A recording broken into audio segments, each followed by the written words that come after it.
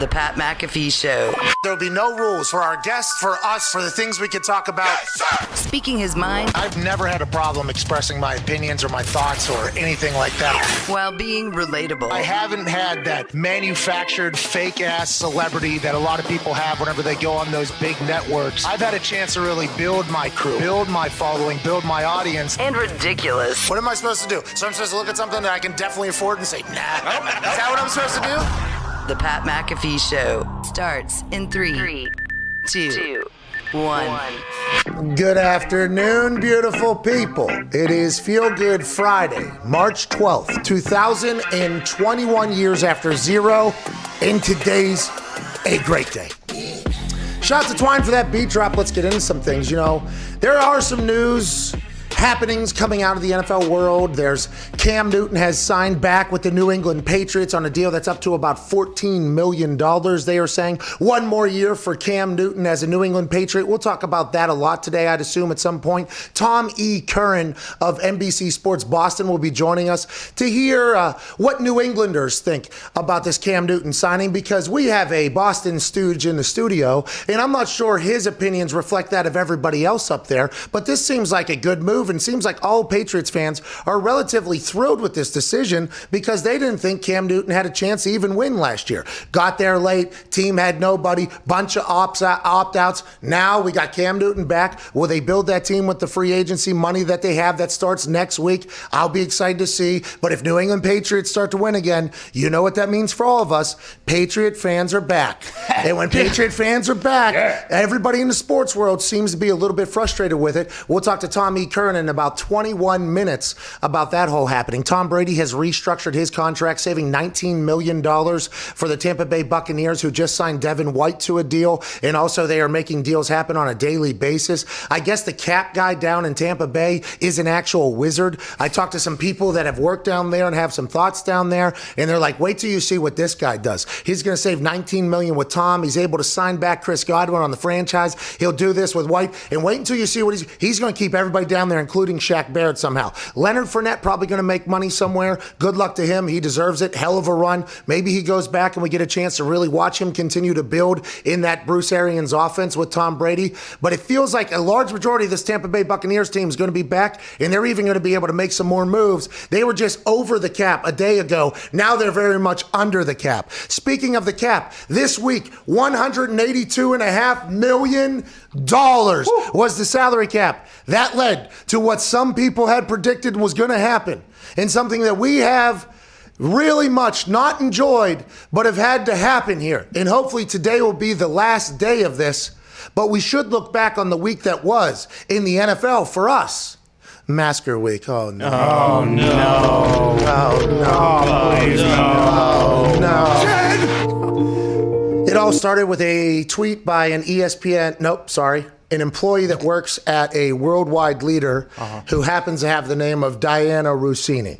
It all starts with a tweet from her that said she was talking to a coach, and he described next week as going to be a massacre with the salary cap, with players getting cut. And that was no lie.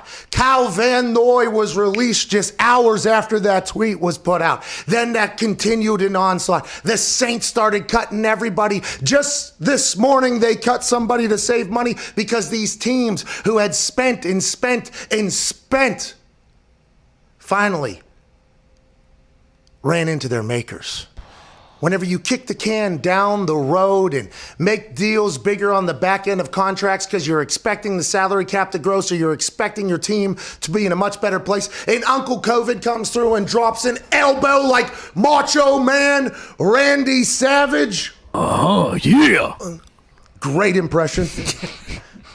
They start firing people, cutting people, have to get under the salary cap. Names that we had never projected to be released from their teams this early were cut. We're hoping today is the last one, but it wasn't just football where players or people were cut. Jobs were ended, careers potentially over, and it wasn't just because the salary cap. There was a couple other things that died this week too, huh? Oh yeah. We're talking the internet made them dead.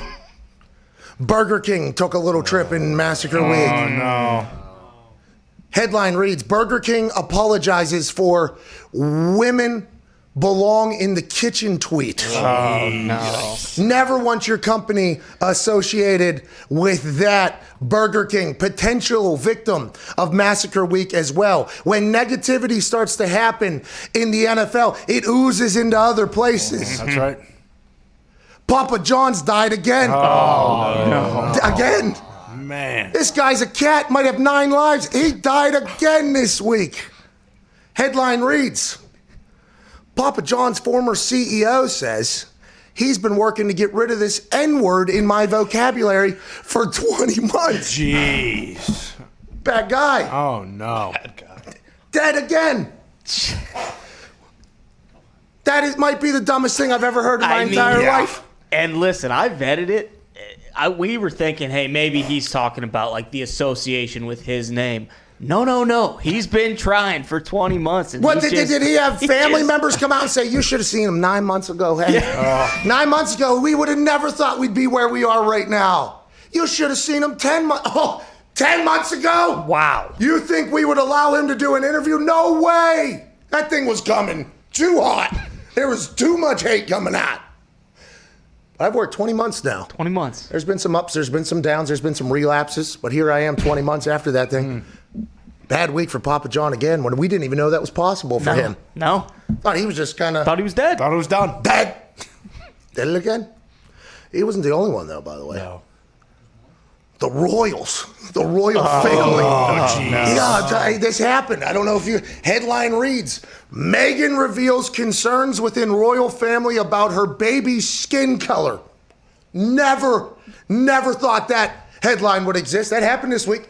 Now, William, who is the brother-in-law of the person who told the story about her baby's skin color potentially being questioned, he came out and said, hey, listen, know what has been said out there?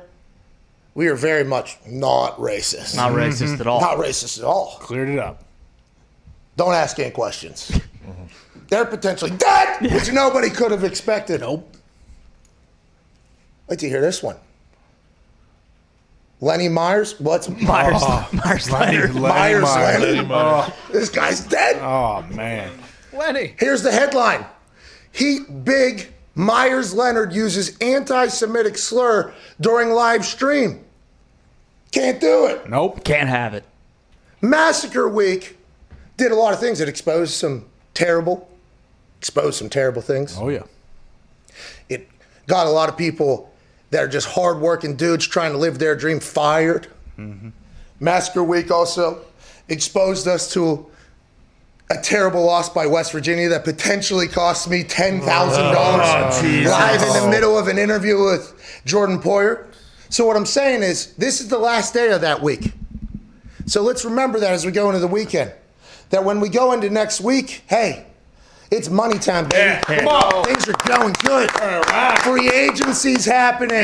Money's getting paid to people. People are getting hired. Stadiums are going to be filled, I guess. How's that going to go? Oh, we don't know. We're all going to win every single bet in March Madness. I mean, it's just, hey, this is the last day of Massacre Week. Let's go ahead and get through this. There will be more names released, I believe, during today's show. I feel like the Grim Reaper is going to come and go every once in a while because this is really the last work week, even though they'll work into the weekend before the legal tampering period into free agency frenzy. There's a lot of salary cap situations that have to happen before the league year starts next Wednesday. So look for things to happen today. Look for some conversations, and hopefully we'll have some of your phone calls. 1-888-MAD-DOG-6. Ian Rapoport will join us, and Buddha Baker, who's supposed to join us a couple days ago, will join us in the third hour. Nice.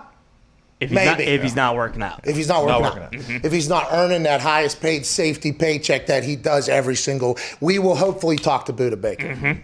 Now, I haven't really been able to look this direction, okay, because while I was speaking about Massacre Week, doing my thing there, we have something absurd in this particular studio, okay? So Ty's here. What's up, Ty? Doing good. How you doing? Hey, I'm about ready for Massacre Week to be over.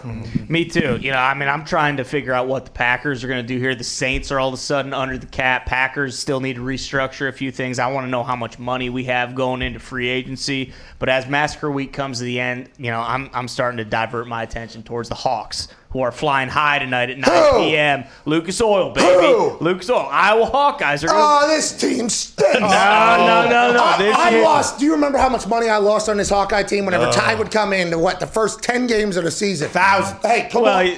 Hey, listen. Tonight, Hawks don't lose, baby. That's what you used to say. Tonight, Hawks flying high, baby. I lost so much money on this team. No, you didn't. I lost so much money on this team. We all did. We all did. We paid attention to Hawkeye basketball for the first time ever because you were doing it. Guess what was happening? Money was just flushing out of the account. Well, if you've been listening to me lately, I believe the Hawks have won 7 of 8. So they got hot. Yeah, exactly. So they're hot at the right time. They're the 3 seed in the Big Ten, the best conference in the nation. I mean, I tell you what. I don't know what I believe. I got the Hawks at plus 1,800 to go to the Final Four or the national championship. I mean, I'm sure that's much lower now because they have been looking so damn good and soaring so high. But hey, maybe sprinkle that with West Virginia, kind of choking. I don't know. Listen, West Virginia yesterday, that was tough. By the way, shout out to Jordan Boyer, handling himself like a professional while I was watching $10,000 slip away after 2 pump fakes. Only need one. Just fucking shoot the thing, kid. You're a great shooter. And hopefully this moment will carry McNeil into the big dance. Yep. Where we're still probably a 2 seed, okay, because of how damn good we were all season. Yeah. And hopefully that kid will just start letting them fly. And hopefully when he starts letting them fly, they start going in, because if they're not going in, Huggins pulls his ass out and we don't get to see the kid shoot at all. And we need a 3-point shooter on that squad. Bad. Culver's unbelievable. He had to get fucking IVs yesterday. Yeah, what was going on? What's going on? Huh? Do we know? Huh? We not got Pedialyte over there for the guy? No kidding. Can we do something?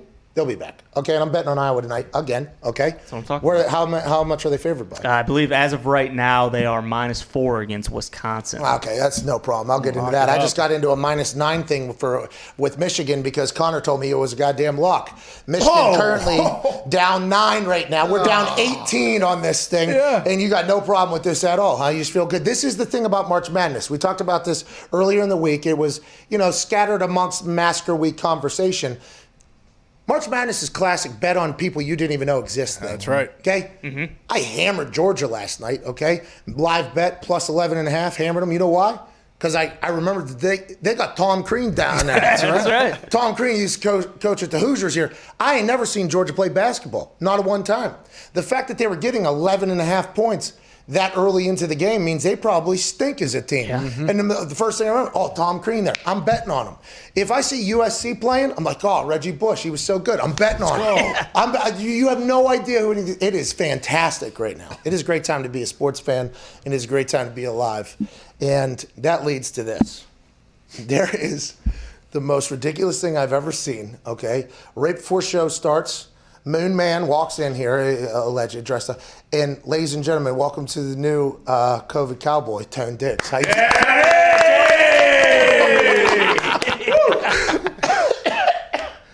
What is that, dude? I'm sad, Pat. Why are you sad? So, I always got the Juju Bees defending Juju. He's always been great on the field. He danced on some logos, which bothered me and stuff like that, and danced during the cadence of a playoff game when we were losing to a team that we've never lost to before. I get that. You defend the guy, you like the guy. But yesterday I said something along the lines that Juju doesn't respect the blue-collar workers of Pittsburgh and the steel workers that built that city. You did say that. Mm-hmm. Now, as soon as you said that, we all said, whoa. Whoa. Jeez. Whoa. Tone. Whoa. And I just don't get it. I mean, those same Juju Bees love going to their brunches on Mount Washington and then taking the incline down to Chauncey's in the Strip. A lot of inside Pittsburgh jokes here. This will do well in Pittsburgh. Having themselves a good time. Walk across a Clemente to a nice Buccos game. Oh. Who do you think built that bridge? The steel workers. You're damn right. And now those Juju Bees are disparaging steel workers that built that great city. Are you kidding me? That built this great country. What? I never, in my 33 years on this planet, 27 of those years being in Pittsburgh, thought that I would have to defend the steel workers of Pittsburgh. But here you the are. The blue-collar workers of Pittsburgh. Is the cowboy dead?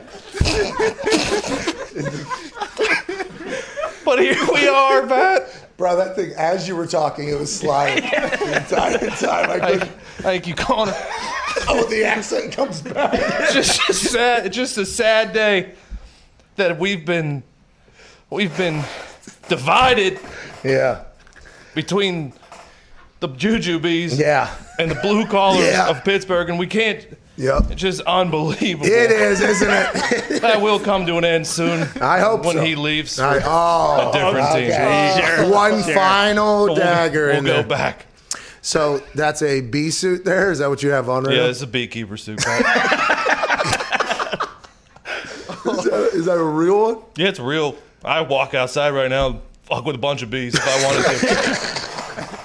Fucking whole mess of bees So wouldn't bother me right Diggs now. has been in a war on the internet. Okay, and this is not his first battle with this particular army that he is going against, the Juju Bees, the Juju Smith-Schuster fans.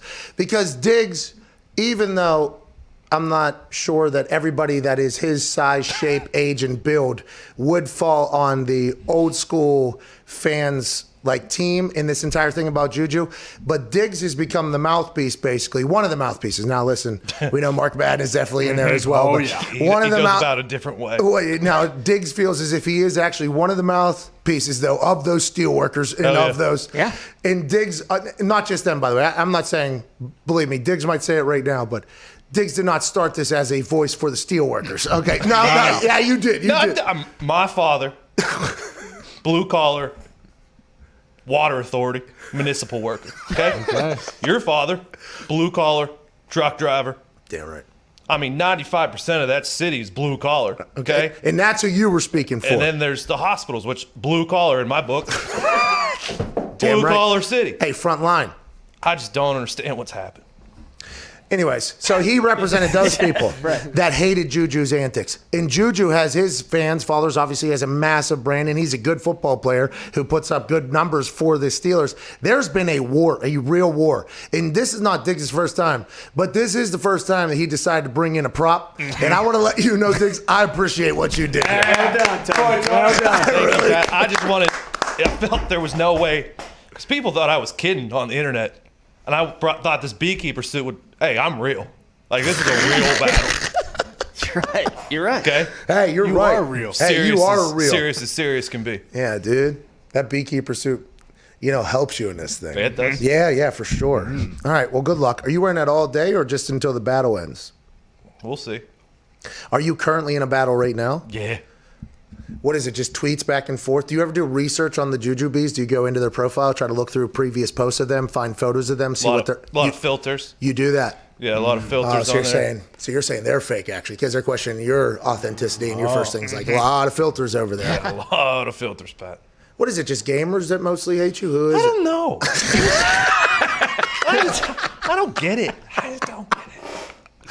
Trying to protect the city. Bro, there was a Steelers blog this morning that just quotation marks wrote out a quote and then put dash basically this guy, and it was basically Diggs says Juju's the worst human on earth, and they got it. It's just it has become quite a day for Diggs on the internet. Have you guys seen his internet? Oh, yeah. Oh, He dude. needs that I suit. ordered a frame of that tweet. It's going to be hanging in my fucking office. Oh, this you should weekend. sell it NFT. Yes. Yeah, you should think about it. People are selling tweets now. Something to think about. Feel Good Friday here. Let's go to Brian in North Carolina. What's going on, Brian? How's it going, Pat and the boys? Happy Feel Good Friday. Hey, happy Feel Good Friday to you as well, Brian. Where are you in North Carolina? I'm from New Bern, North Carolina, on the East Coast, down by the beautiful Atlantic Ocean. Oh, okay, out there by the Atlantic Ocean. There's sharks out there, right? You got a lot of sharks out there? Yeah, there is. You gotta be careful. You gotta be on your toes. I was at a beach once in Carolina for a wedding, and I was out there, feeling the waves, probably just pissing, to be honest with you. Yep. And there was people yelling on the shore to get in, so we go running in. Sharks just swimming along. Shock. Like actual good-sized sharks just swimming around. No thanks. Can't fuck with the real oceans over there. No. way. Can't do it. They got real things in there that will really kill you in there. Yeah. Hey, watch yourself. Don't go out in the Shark Week, Brian. What do you want to talk about, pal? Oh, All Pat and whites, boys, by the way, on I Shark got, Week. I got a quick question for y'all.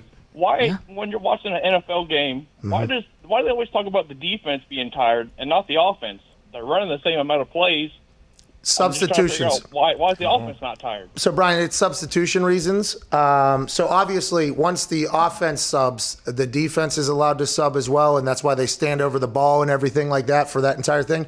But a lot of your key positions, corner, safety, linebacker, those guys, you add a corner in, drop out one linebacker, but a lot of the guys, core guys, are in all your packages strictly because you don't have a lot of guys that are at that athletic ability that can keep up with wide receivers. So whenever they talk about people getting tired, and I might not be the perfect person to ask, we'll follow up with A.J. Hawk in the third hour who has actually lived it. But I think the thing is, the key guys you can't take out. So while the offense is, now the offensive linemen, you talk about offensive linemen being dead ass tired. There is that conversation to be had. But at skill positions, aside from quarterback, normally they're the kind of come and go type situation. You learn about wide receivers who have like 98% of the reps or something like that. And that is always, by the way, highly appraised. Like, look at that. They did 98%. That's insane because they're running goes and all that shit. And then if you look at most of the corners in the league who are running alongside of them, and then they have to get back up, they're up there as well. So it's very impressive. I could never do it, obviously. Wide receivers, every single practice is a track meet, though, so they get it day-to-day worse than the corners, I think. But in the games, those corners, safeties, they just got to run all day, and you got to react. And if you get beat one time, it's potentially game over, and you're the worst.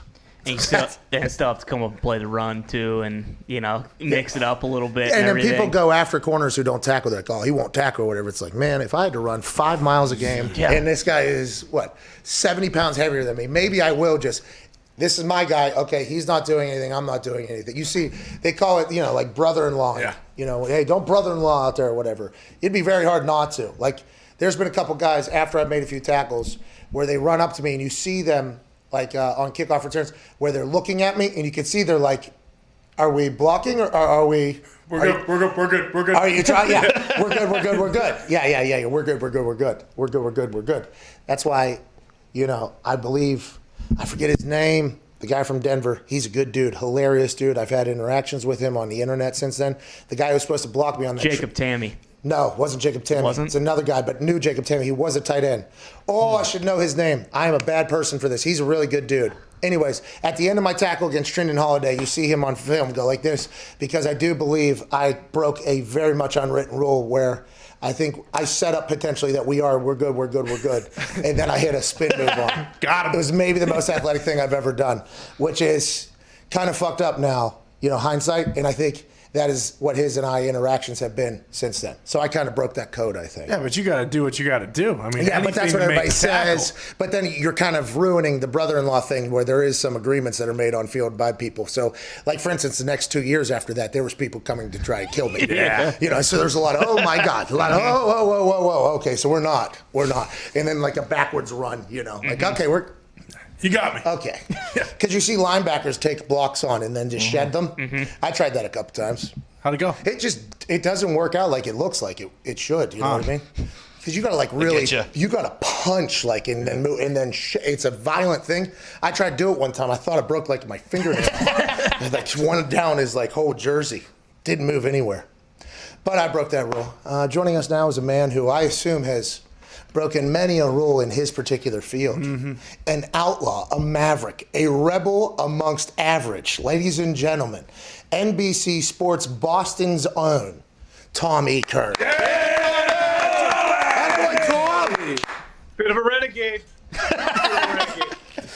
I like that. As you have family right across your head right there on the wall behind there. You're 100%. Yeah, you're a loyal renegade. Appreciate you joining us, Tom. We love whenever you come on, pal. Thanks, man. How's it going? I've been enjoying all your content this off season too. I think you guys are doing an unbelievable job. I especially liked your recitation of facts on why the internet hit you at the right time and you hit the internet at the right time. I thought that was fascinating because there's been a few little nooks and crannies to fit into over the last 20 years into the internet. But you're exactly right. This is one that people of your particular age group, which I'm not in, you hit it at the right spot. I think it was smart. Well, Tom, I appreciate that. He's referring to the 10 questions episode I did with Kyle Brandt where I elaborated a little bit about the decision on retiring and how I viewed the internet as like a modern day gold rush at the time. And right now it is. I think a couple years ago it was, and that definitely factored into my decision. And then obviously whenever you learn from Dave and Erica and everybody over there about what's going on, it's quite helpful. But yeah, I appreciate you. I mean, I'm a dumbass. I am a dumbass. But if something starts looking like the universe is telling me something, I will listen, which also makes me a dumbass, but it has worked out thus far. Tom, let's talk about the universe. Let's talk about Bill Belichick. Let's talk about Cam Newton. Let's talk about your role. I heard you were calling for Bill Belichick to come talk to the media. Is that right? You were like, hey, we need to talk to Bill. Was that what you go outside and go, hey, we need Bill out here? The contention was this, okay? Pretending that this is business as usual after a 7-9 season, the first year without Tom Brady here, and pretending that I can give everybody the high hat and I don't have to go show up and talk to anybody, that is whistling past the graveyard. If you're Robert Kraft and you have a $4 billion company, you probably want to be able to give the advertisers and the fans and the season ticket holders a little bit of an idea that you have a plan in place. Now, if Bill doesn't want to do that and can say, the only reason, Robert, you have a $4 billion company is because of me. So thank you very much. You want to stand up and talk to these nitwits, you can. But the general take that I was putting out there was, if we could just have an open forum and dialogue on this, and you could say, yeah, I screwed up. Maybe I should have kept Brady. I didn't think he was going to be this good. Then we're fine. There's no way that'll happen, right? Even if he comes out. Now, I think the world only gets to see his post-game press conferences, right? That's what you guys now that have Patriots access, media access, I would assume you got access to the building every day, right? Daily, you're in there. How often do you guys actually interact with Bill Belichick, and does he give you guys locally anything more than he gives the national audience post games? Well, over 20 years, it's changed pretty drastically. He and I had a tremendous relationship, and it would be, if I wanted to buttonhole him and ask him further questions after a press conference as to help me understand things, he would absolutely do that. Buttonhole him. But I still don't think that, I don't think we haven't been in the building. I think my general coverage tenor in terms of saying that it's a mistake to move on from Brady and Belichick kind of pushed him out the door. He's not immune to hearing about those things. And at some point he just puts a line through the name. And I think there's a line through the name. So, but I've had a good relationship with him over the years. Bro. And I'm lucky to have covered him, But think of Bill Belichick in that. We know his office, right? Because from those Tom Brady sit-downs, we know what his office looks like. He has all that shit, right? Think of the wall that just has, like, who is on the do not give them shit. Yeah. That is awesome to think about. But the funny thing is, too, Pat, is when you do have an opportunity to talk to him, I mean, basically, he shoots you exactly the way you would expect him to. It's, what am I supposed to do? What do you think I'm going to do? I asked him one time about a player who was kind of threatening a holdout. What's he going to do? Open a garage? So, that kind of thing. So because all stories behind the scenes are like, you would love him. Everybody that's ever been around him told me, like, hey, you would love Bill Belichick. Has good personality. I wonder why, and I'd assume he views it as a competitive advantage to give the media absolutely nothing. But I wonder why, because when he's on that NFL Top 100 show with Rich Eisen, listening to him, like, the appreciation of the game and the history and the moments and everything like that, it's incredible. And Nick Saban interview and then the two Bills thing, like, anytime you see him behind the scenes, he's awesome. And then in those press conferences, he just trolls at all times. And I respect it. I assume it sucks, though, to be a media person that has to cover it. It sucks. You understand the dance. It becomes, negligible returns. I think a lot of it is that he takes it as, whatever I say, you're going to contort anyway. So why would I give you people anything? Hey, now that we're in the business, he's right. But over the course of the year, Friday press conferences, Monday, postscripts, things like that, I would say that he is probably 60% better than most people think that he is. He was good this year, generally speaking. Now, why do you think that was? Because he was always very complimentary of Cam Newton. Now they're bringing back Cam Newton. He was raving about Cam Newton. Do you think that's because he understood how the team was going to be last year? Do you think with this money he has now, Cam Newton coming back, he's at the point where he did not enjoy last year? Like, where do you think he is with everything right now? Yeah, let's flip straight to the Cam stuff and talk about that. It's, to me, when you look at it, he needed to re-sign Cam so that when Wednesday comes along and Curtis Samuel or Corey Davis or Jesse James, name whatever receiver, says, who do you guys have playing quarterback? They're not just looking at an empty chair. He can say, well, we got Cam Newton coming back. He's on a reasonable contract. We're not done there yet, but we have Cam Newton. And Cam when he's at his best. And last year he wasn't at his best for a variety of reasons. But you're part of the solution. And that's why we want you here. So I think that's the jumping off point. The second point is they do have an understanding that the guys that surrounded Brady in 2019 and that surrounded Cam in 2020 were not good. And they were even worse in 2020 because Edelman was hurt. So all of that entered into the Patriots saying, look, if he's going to come back on a modest contract, we need to have somebody sitting in that chair. Why not just bring him back and get some momentum? Well, Andy said Bill Belichick was dope as shit a couple weeks ago on the I Am Athlete podcast, which I'm a big fan of. Connor, Uncle Tom here, Tommy Curran here. Do you have anything to say? Absolutely, Tom. You look great. Guns look amazing. You just listed some unbelievable free agents, but do you see anybody like Hunter Henry, Kenny Golladay, Will Fuller, any of those guys possibly coming to New England? See, this is how the whole conversation changes a little bit. I'm just wrapping up a cord. I don't know why I couldn't wait until the end of the show, but it changes the conversation. 5 days ago, Albert Breer said, no way Kenny Golladay is going to go to the Patriots, was what he was having intimated to him. Maybe that changes. Look, he gets to New England. Cam gives him a goofy nickname. They start having fun together. The next thing you know, they're winning a couple of games. At least it changes the conversation. Maybe a Kenny Golladay is somewhat enamored of it. But I still think if you're a player who wants to win a Super Bowl, I don't think this is the place to come. I think if you want to maybe be around the greatest coach that's ever done it and see how it works so that you can tell your kids, I know what this legend of the game of professional sports was like and was in it, then you can do that. But I think the Patriots, to go 7-9 last year with the players they had and the players that opted out, even if they improve, their talent is still kind of low. Oh. So the ceiling is you beat the hell. I know, I'm sorry. Oh, jeez. Here's the thing. Tom. They're going to beat the hell out of the teams that they're on a level playing field with. They're going to probably put a scare into and beat some of the teams that are a little bit more talented than them.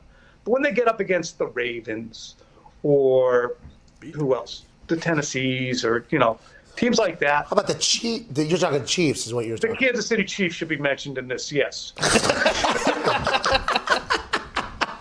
Yeah, they're going to be overmatched. By the way, you said that, I think, coming out of training camp this past season, or I think it was this past season coming out of training camp, Connor was like, we're still going to be okay. We got Bill Belichick. We're going to win 10 games, going to get in the playoffs, and blah, blah, blah. It sounded like Foxy with the Detroit Lions. Almost. And then, Tom, you literally said, that ain't happening, Connor. This team stinks. Calvary's not coming around to banter over the hill. So, Connor. Look. The best thing you can do right now is just start looking at the draft. I don't know if you want to do whatever you can to get Kyle Pitts. Kyle Pitts and Cam Newton, that thing can work together. Yeah. That's your tight end out of Florida. For those of you who are not draft nicks at this point and are going to wait a month before you start paying attention, you bring him aboard. Forget Trey Lance, 20 years old from Division II. Go get Kyle Pitts. He's going to be an All-Pro for about the next 8 years straight. That's what I'm selling. Hey, you watch Kyle Pitts play, and you go. Is that his name? Kyle Pitts? Yeah. Kyle Trask was the quarterback as well? Interesting. Yep. You watch that dude play, though, and you're like, hey, that's a guy. That's an NFL guy right there. Okay, that guy right there is an NFL guy that's playing against college kids right now. He was hitting seam balls that he was just going. He has an incredible catch radius. And it's like, wow, perfect time to be a great tight end as well, because the entire NFL is set up for the tight end. Even the Baltimore Ravens that don't do the offense that everybody else does, they kind of change their entire offense to, want 3 tight ends. They use it. It's like everybody uses a tight end now. Great time to be that guy. He's going to be incredibly wealthy because he's an incredible tight end, I think. Ty, what do you have? Tom, so you kind of just covered it right there, but do you think there's any way that the Patriots do potentially go after a quarterback in the first round? Maybe not even necessarily the first round, but it's pretty clear that Stidham isn't the guy. So what are they going to do? Are they looking post-Cam at all or no? You got to talk to Jordan Palmer. You ever talk to him? Yeah. Hey, by the way, Jordan Palmer owes us a Carson Palmer bobblehead. That's right. All right, because I talked to Jordan Palmer yesterday. Talk to him again. Tell him he owes us a Carson Palmer bobblehead. Jordan Palmer has given us incredible breakdown on quarterbacks. But, yeah, write that down, please. Thank you. Yeah, thank you. But he was great on Stidham. Yeah, I think we're all kind of out on his performance, or have said, don't call us, we'll call you. But Jordan Palmer is basically saying he will pick up the phone, Jarrett Stidham, and say, don't forget about me. So you're right about that. I'm not predicting greatness for Jarrett Stidham because it's been so uneven. Greatness. But what would they do? The hard thing is to be where they are. I mean, do you want to take Mac Jones with a first-round pick and pass on a linebacker, a front seven player? The Patriots' front seven doesn't have anybody in it who scares you aside from Dante Hightower. They have free agents who are going to walk out the door, John Simon, perhaps Adam Butler, Lawrence Guy, Dietrich Wise. These are not household names to begin with, but there's Lawrence Guy? No. We know Lawrence Guy. What? What just happened there? That friend of the show. Yeah, do not want to lose Larry. Oh, yeah. Well, who's Larry? Lawrence Guy. Yeah. Larry Guy. Yeah, Larry Guy. Larry Guy's great, but he's a free agent. Somebody's going to pay him. Oh, I didn't know. He's very good for him. He's going to get paid. Do you have a follow-up there? Yeah, well, to the Kyle Pitts point, Tom, how are we going to move up into the top 10 if we do? Are we going to trade Gilmore or another one of the young players you might have? Yeah, why is Gilmore always on the block? What's that all about? Because he's making $7 million in salary in this coming year. It's the last year of his deal. Good corners like Xavier Howard and Byron Jones and Darius Slay are making close to $18 million in salary. Gilmore's been a defensive player of the year. He's only 31, so he's basically we're not going to pay him $12 million. Yeah, they're saying we're not going to pay him. Right, and they want to get something back for him in the last year of his deal. So, but to answer that question, how do you get up? I just don't think you want to get up. You have too many holes to be auctioning off first and second round picks so that you can go up and get Trey Lance. That's my contention. You just have nobody at outside wide receiver. You have no tight ends, and that includes the guys drafted last year. It's just... Jeez Louise, that guy from Virginia Tech. You love Dalton Keene. Give me a break. Oh, my God. You did stop talking about him very quickly. Do you remember what he was saying about that guy? He only dressed for about 2 games. Tom, this is... I look like a corpse. Do you know that? I shouldn't have put this light on. You said you look like a corpse? Yeah, watch. Holy shit. Oh, my God, you do. Someone call 911. Hold on. Can you do that one more time? I mean, it was... Well, that's a dead man. Yeah. Hey, that's he looks so natural. Tom, we appreciate you, man. All right, boys. That's great. I love this friendship we've developed over the last few months. Yeah, it's been pretty good. I mean, every time you come on here, you make us all laugh relatively. You're a hilarious human. All right. And you are, too. I want to see some of the stand-up. I really did enjoy that stuff about the internet. I'm going to put on my glasses. See you guys later. All right, man. Hey, you know what, Tom? We'll see you later, too, pal. It'd be great to have you. Good luck to the Patriots. It seems like you're saying doomsday. Your nephew here, Connor, is like, nah, it's going to be all bells and whistles, pal. Playoffs. Connor, when are you getting up here? I was last week, Tom. I actually knocked on your front door, but you didn't answer. So. He's on the pontoon. Yeah. Where are you from? Worcester. Yeah, there you go. Oh, he's out of the big woo. Hey, is everybody in New England the same person? Kind of funny. Yeah. There is a strand of DNA that you can absolutely sense from somebody within a few words. And you can almost pinpoint what part of the state they're from. Say it. Say it. The area. Winchester? The Revolution region is something that is... Connor said this the other day, because we started talking about people from New England or whatever, and we got in this conversation, and you actually came up in the conversation, and then Connor just out of his mouth goes like, it's the Revolution region, man. And it was like, oh my God, is that how it's referred? I was like, is that how it's referred to? No, but I think there is something about that area where it's like, it's like, hey, we're a pretty badass group of people here. Now we're very argumentative group. Very, very, very argumentative. Yeah, we're going to blame everybody else a lot. Like, hey, we are going to deflect here pretty good. Now this is going to get pretty good. Yep. It's the other guy. Exactly. Tommy Curran, you're the man. Thank you, Tom. Take care. I think New England folks are naturally a hilarious bunch, I think. Well, yeah, you got to point the figure when we're talking about the Revolution region. I can't believe you forgot, by the way. Well, I mean, yeah. I was thinking regions. You said area. Winchester comes to mind. Tony said Worcester. I almost said Worcester again, too. Yeah. You're not even from Worcester, right? No. No. It's just the coolest place to say. Yeah, Worcester. I mean, Saskatoon is the coolest place to play, but in Massachusetts, Worcester is a pretty cool thing because, if you're not from Worcester or from Mass, you call it, Worcester. That's right. Same with Gloucester. Gloucester, them boys are boiling wicked tuna out of the harbor. And that fucking bees. Yeah. Let's get to a break. We had some phone calls on the other side on this. Terrible show, Feel Good Friday, I think. Mm-hmm. That's what we'll start. Fridays are not great days on the internet, I will say. Everybody's kind of wrapping up. That's why we did a look back, on Massacre Week here. Because sometimes you forget everything that happens in the week, and Friday's like a wrap-up time, you know what I mean? People are looking ahead to the weekend. The sun's out in a lot of places. Yeah. Hell yeah. You know what I mean? Like, things are starting to come together. I mean, last night I heard that, by July 4th, we're going to be able to do some things. Back. You fire off some fireworks. Mm-hmm. Really? Well, in small groups. Yeah, naturally. Small gathering. Which, by the way, I'm pumped for that. That was very, I was like pumped for that. And then I remembered like 40,000 people are going to be down at that stadium. Hell yeah. You bet. Yeah. Let's go. Mm-hmm. On top of each other. So who was, It's going to be awesome. Are they going to come out and give a speech too? Like, no, actually, next week, 40,000 per place if you'd like to have it. It's crazy what's going on right now in the world. That's like the other day whenever you said tease, stadiums are back. It was like, okay. Yeah, it was like Texas is like, well, Texas really isn't. They've been back. They are back.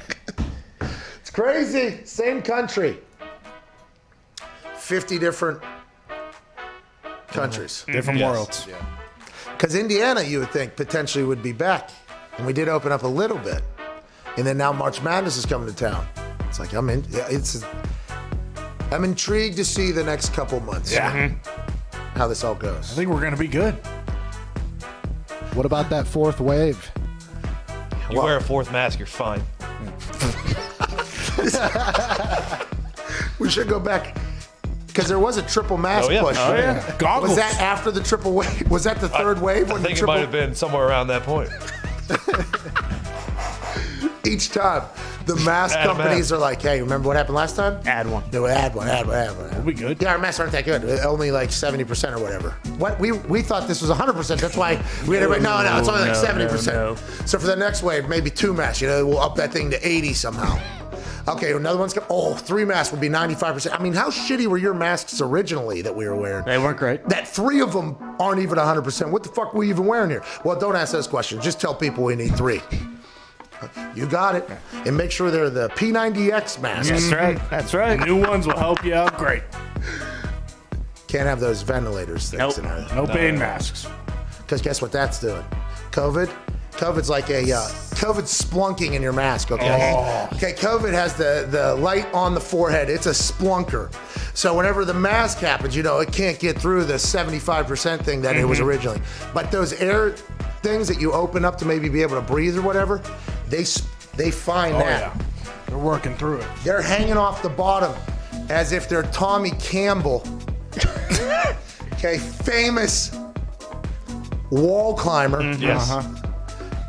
The COVID will splunk like this, find its way out of the air mask. Oh, yeah. And then guess what it does? It's like Batman. Yep. It has one of them things. Yeah. Grappling hook. Throws it, puts the wingsuit on, and falls with style to that thing. That's right. Buzz Lightyear also dead. Got him in there at the end. That's right. Massacre Week. Oh, no. Last day. We got to get to a break or we're going to miss everything. This is the Pat McAfee Show, Friday, March 12th. What a dumbass show.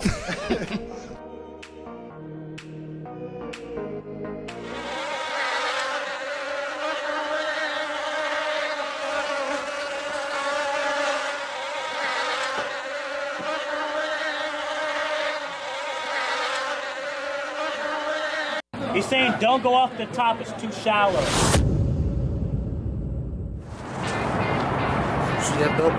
All you're going to hear this stadium do is they put the big paw up, they start shaking it, they go, whoa.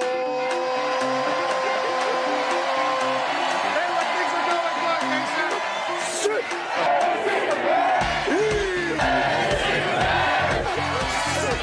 Mason? Yeah, Yeah, he loves the defensive side of the ball. He said yesterday to me that this is a blue-collar team. They win it on special teams. They have 5 block kicks this season. The defensive side of the ball, Lynch leads the Big 12 in sacks. But also on the offensive side, Denzel Mims is an absolute animal. He is a weapon. Charlie Brewer, the quarterback from Lake Travis. His dad was a quarterback in Texas. Yeah. His grandpa was a quarterback in Texas. And the people here in Waco just so happen to get a chance to see Charlie Brewer on a daily basis. Okay. Hey.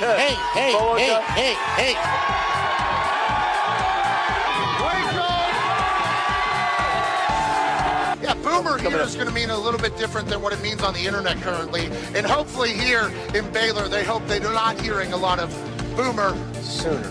Everybody wants to be a punter, including quarterbacks. If I was a quarterback, I'd want to be a punter as well. 0 yards on that punt. That's an embarrassing situation. The Dak dance that gets on national television has led to a lot of losses, but you got to respect the hips being able Good to go. What sign am I going to make for college game day? Well, I want to make something creative. I want to make something fun. No, to hell with it. I don't like OU. It's so thick. Look how thick that thing is. That's years and years of patience. You're headed right for the boat. Right now? Okay, let's do it. We are out here on the Brazos River, which you can take a boat to the game. One of the only stadiums in the country that you can do that. It's beautiful out here. A lot of people would say, this is the last time I'm going to be on game day. The last time I allegedly did what I'm about to do, I ended up in a jail cell. Let's go!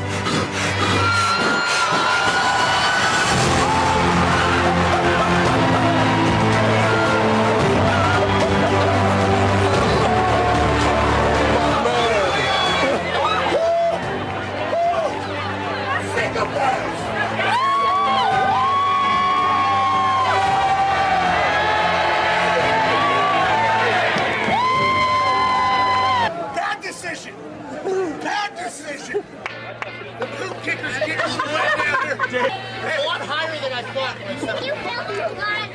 You look like Ric Flair.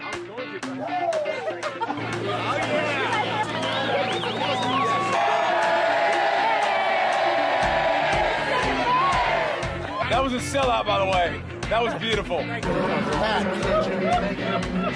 have any other shirts? Yeah, hold on. You need to go get changed before you get sick. Great work, Russia. I'm actually not that cold. Hey, I went for it. My chest hurts.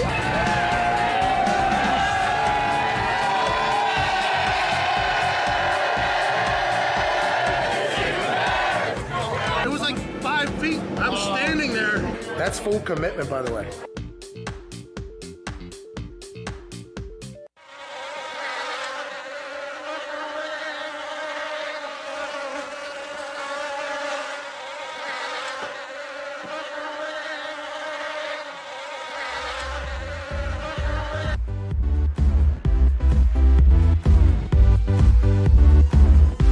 I didn't think I could continue to be an FCC-regulated person without really hitting my max potential. And that's why he's with us. I love it. The Pat McAfee Show on Mad Dog Sports Radio, Channel 82. We're down 4 still.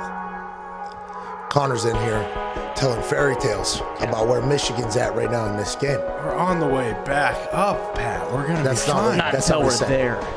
What you said was, hey, we're up. That's what you said. And we are. We're not. We're down 4. We're not covering, but we're up in the game. Oh, my God. Listen, after yesterday, what if I lose every single bet of I did Georgia, Tom Crean, I'm back. Let's go. We're back. Let's go. Hey, we're up. Plenty of time. We're up. We're up. Oh, Michigan's up. We're up 7. We're close. Come on. We're close. We're close. As the official CBD of a good night's sleep, our friends at CBDMD know a thing or two about heavy sleepers. For instance, they know about James Boonite and UConn sitting at plus 2,500. Oh. And they also know about Luka Garza and the Iowa Hawkeyes coming into conference championship weekend at plus 1,400 to win the Natty. Ooh, not bad. But one thing they know even better than March Madness sleepers that you can make a lot of money on betting at FanDuel is what it will take to make a high quality CBD sleep aid. Hell yeah. Like CBD PM, which blends sleep-promoting ingredients like melatonin, valerian root, and chamomile with 500 milligrams of high-quality CBD to create a powerful and effective sleep aid. And to make it even easier to try CBD PM, they're offering you 25% off your next order when you use promo code McAfee at checkout. Just go to cbdmd.com, promo code MCAFEE, 25% off your purchase of superior CBD products. Shout out to CBDMD. Shout out. The best. They knew about a player on UConn that I didn't know about. Couldn't even guess that guy's name. Yeah, nah, I've never heard of him either. Yeah, he's a player, though. He puts ball in the basket. Oh, yeah. Take him. Diggs, state of the battle, pal. You winning or losing the current battle that you were entrenched in? It seems like the beekeeper suit is helping the battle that started this morning. Less things are getting through. Hell yeah. So is that thing like one of them shark things where they have that metal, chain metal, I think? Chainmail? Chainmail, yeah. There it is. That's the actual name of it, right? I think so, yeah. Yeah, where they bite and you can feel it, but it won't get anything. With the beekeeper suit, is the object that you will get stung just not by as many people, or is it you don't get stung? Zero stings, sir. Unless you got it. Unless my nose is too close to the mesh and a stinger gets through a little bit. Which, by the way, like my nose with that boxing helmet, can't go into the real thing because my nose will get pounded upon because it's so large. Keep your nose away from the front of that beekeeper suit. Let's go to Trevor in Virginia. Trevor, what's going on? Wow, slinging boxes for Big Brown, man. What's up? Hey, we appreciate you doing that. What do you want to talk about? He said he's all slinging this Dallas boxes talk, for man. Big Brown. Signed that. Dallas stinks, dude. Washington won the division last year. We've got all this cap space. Galladay's coming to us. Who knows who else? Who's throwing him the ball? Who's throwing him the ball? Heineke? Heineke, dude. Boss. There you have it. Yeah, he's got a good point. Yep. I really like the boss sign off. Shout out to you slinging boxes over there. We appreciate it. We do not talk much about Washington football team, mostly because we don't know really anything about it. We don't know who their quarterback is. We don't know what their name's going to be in the future. I like that team. I like what they're doing. Alex Smith, that's the only time it came up to conversation. So Heineke got paid, I think, like $7 million or $8 million, I think. Yeah. And 2 years, 8. Yeah, is he gonna be their guy? And if he is, let's not forget that some bitch took that Tampa Bay Buccaneer team to the limit. Yeah. Flying through the air, making plays, Taylor Heineke. Had no clue this human existed, Taylor Heineke. Taylor Heineke, who was chosen to play over Dwayne Haskins, who was released from the team, and Taylor Heineke was raised up to the team for it. He plays his absolute ass off against the future Super Bowl champs, gets rewarded with a multi-million-dollar deal. Is he the guy over there? Is Taylor Heineke going to be the guy? And if that's the case, this is like Jeremy Lin. This is Linsanity yet again. Yeah. Have a big-ass game, get paid for it. What will it do? Will he go on to continue to dominate and get broken off? Or is this guy just a backup? And if we need a Fitzmagic situation, Heineke's coming in with the green bottle ready to fuck shit up. Seriously, though, if they do get any competent quarterback play. Listen, look at this. With their defense, you get a wide receiver to pair with Terry McLaurin. You liked Logan Thomas at the end of the season. He made some great plays at tight end. I did. Solid young running back.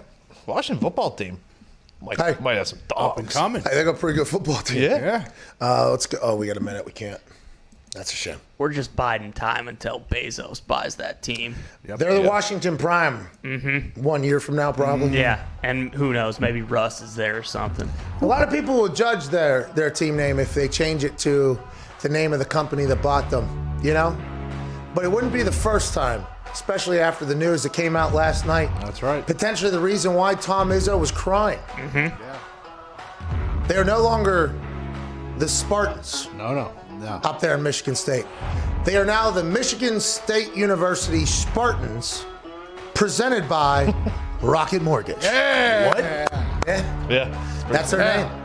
Coming to you live from insert name of arena here, the home of the Michigan State Spartans, presented by Rocket Mortgage. They are playing host to the Michigan Wolverines. Jeez. That's their name. Not good.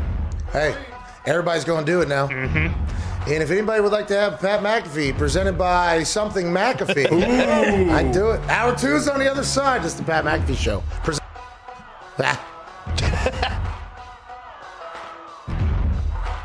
Well, hello, sensual piano keys.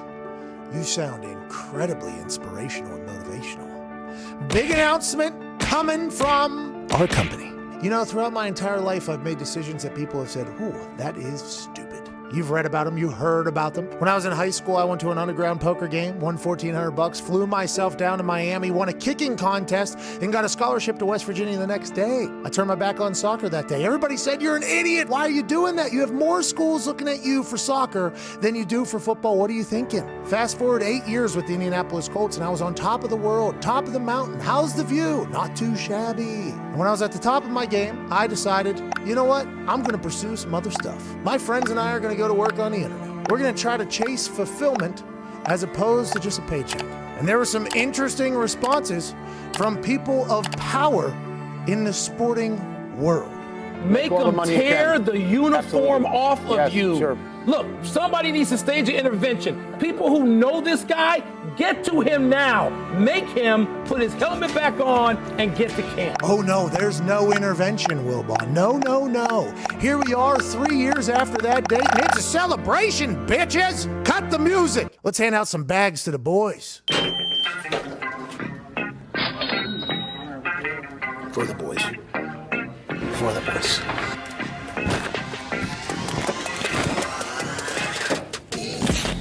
Oh, by the way, that's for you, brother.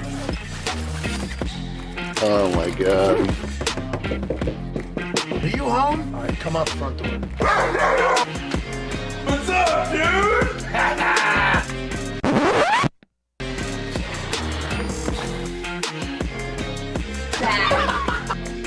What is this? What's this? Oh, you son of a bitch. What the fuck? Fuck you. Oh my God. Oh yeah. That is the bag of money. Oh, FanDuel deal went through. There's $50,000 in there for you. Here's a backpack with $50,000 in it. Oh, $50,000 in there. Oh my God. Yeah, so there's $50,000 in there. Yeah, so there's $50,000 in there. Are you fucking serious? Let's go. Did you rub it back? Oh, man. Let's go, dude. Let's go. I appreciate you, buddy. Yo, this is... Appreciate you, man. Appreciate you, dude. We did it? Couldn't have done it without you. Oh, thank you. Dude, it's a fuck ton of money. You guys. When I asked Dan Patrick for some advice, he told me always take care of the boys. Well, and you should know those people that are there with you, that their value cannot be overstated and should not be overstated. So, Mike Wilbon, they didn't hold my jersey on me. They didn't hold my helmet on me. We didn't have an intervention. What we have is a celebration. Because when you bet on yourself, sometimes you hit for big. And for us, the only place we'll bet for the next couple years in an exclusive deal, FanDuel backed the Brinks truck up to our office, and we have never been more thankful, more excited, and more together as we promote the greatest sports book on planet Earth.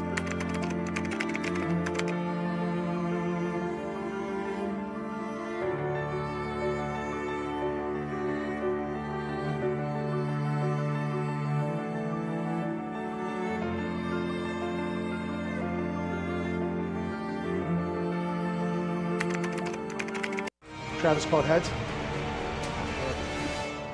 No! Sorry. You're not sorry. I'm sorry that it worked out this way, but I told you. You're not I had sorry. to trust my instincts. You asked me what I thought. I thought it was going to be heads. I didn't What about wanna have to Travis pick it. I Kelce didn't know going you out put there? 30K on it. Yeah, I mean, was that the cleanest toss of all time? No, it was terrible. But that thing took one bang straight in. What a horse shit toss. They watered the field. Old Notre Dame versus USC. They raised the grass. You son of a bitch. We all know that wasn't a fair coin toss. No, it was They should not. redo it. It was a lot worse than 50-50 after fucking watching that thing. Mm-hmm. A lot of people say that's why you don't bet 30,000 on a coin toss. You know?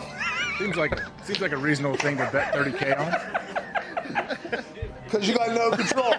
You got no control, guys. So I guess not even like a thought to go into it. Well, Christmas is canceled. Yeah, we're giving away a lot, but nowhere near as much as we once had thought. No. Remember that double 70K? Take it back. Yeah, for sure. FanDuel just made so much money right there. Use.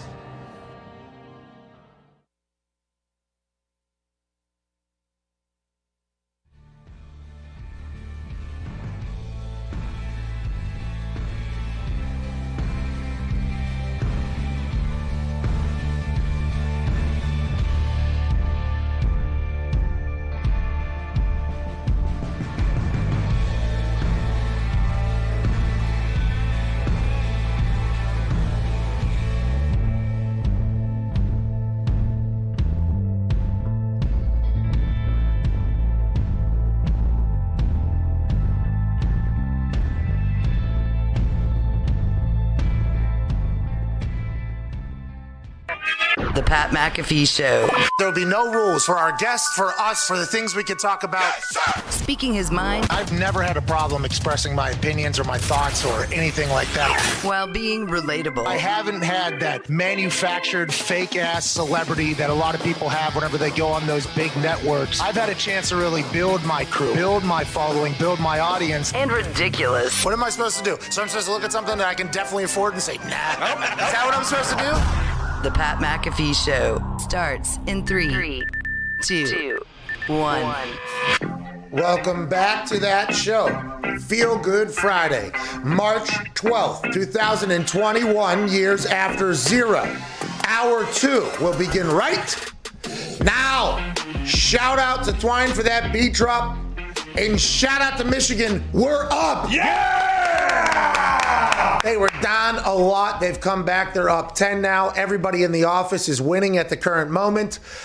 Michigan started a bit cold. Boys had no idea how to make a bucket. Dudes forgot how to score points. Now they're hot. Now they're up 10 and we're all winning. Gumpy has live bet it, like doubled down 3 times, so he needs a 9.5. We have people in the office at 8.5. I'm at 9, I believe. So we are in the game with Michigan. Joining us now is a man that's in the game with the NFL. Literally works for the NFL Insider, host of Rap Sheet and Friends. Ladies and gentlemen, Ian Rapoport. What's going on, Ian? What's going on? Well, Ian, yesterday during this show, I lost $10,000 in West Virginia, lost live while talking to Jordan Poyer. Now, I bet nowhere near that amount of money on Michigan because I knew beforehand that Foxy was betting alongside of us. That game might end at some point here. I might have a reaction. I am listening to what you're saying because I have a lot going on in your world that I need to know. So I might be distracted is what I'm saying. Yeah, I mean, this sounds like when I'm talking to my wife and she suddenly looks down and she's going, and I'm like, what do you think? And she goes, yeah. I'm like, you have no idea what I said, right? Hey. She goes, I'm sorry, what's up? Hey, that's a moment on the other side, though, by the way, with your wife. If you look down at your phone. Whoa. No. I've never done that. Well, I'm saying with I have, okay, obviously, with my wife. And I'll look down at my phone for something will happen, and she'll be speaking. We're in a conversation. When she gives what was that? And then if you don't get it right, like, I feel like that is like a real, I feel like that's a real test, you know, like that's a real moment there where your brain, like, okay, if we don't get this right, like, can't do this because you are disrespecting your wife then at this point. So then it's like, get this right, can also maintain potential things that have to happen right now. Let's go ahead and really think about this. And it's like, I agree with what you're thinking about insert name of object you're talking. Tell me more, you know, and then just go in there. It's like, that's a big deal. That's not happening here, though, Ian, okay? I'm dialed in. Sure. We're in the middle, we're at the end of Massacre week here. A lot of players getting cut, restructuring of contracts, everything. Have we missed anything today? What do you think is potential moves that we should look for here? Seems like a lot's getting done on this Business Week Friday. Yeah, I mean, it seems like this is sort of I hate the word calm before the storm because it's actually pretty busy, but it's everyone's getting their house in order, right? So you're seeing a couple players cut, a couple teams are redoing contracts to get some cap space, like Tom Brady signed a new contract this morning in his 7 jersey and then said he wants to win 8, which then he would have to get a new sweatshirt, but whatever. Awesome. So he got his thing done. Patriots get Cam Newton done. It's everyone just kind of setting themselves up for free agency and making sure that their house is in order. There's a couple more things that will probably be happening later today. But I think we got the most of it. We do. Who? Oh, just, it's not a big deal. How long are you guys on till? 3. Could happen before then. Oh, yeah. Come on. But you'll be like, oh, okay, yeah, okay, that's a thing, kind of. Well, I'll tell you what. There's been a couple things that you have done that too, where we've gone that's not a thing. I think, but then there's been some where you've gone and we're like, oh, that's a thing. Right. Do you think? What are the reaction you think? Do you think it'll be above our massive disappointment we've had for you before, or it will be above that? Yeah, because it's a real thing. It's a real thing. I don't think you'll be disappointed in my reporting.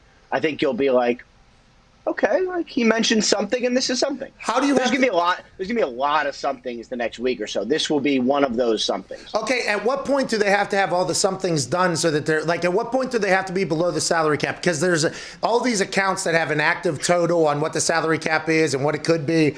And we know $182.5 million, but with other teams and everything like that, when do they have to be under? And how do we know? What, like, can we get a victory trophy maybe for some of these teams whenever they get under there? Like, congratulations on figuring it out, even though you had to cut half your roster.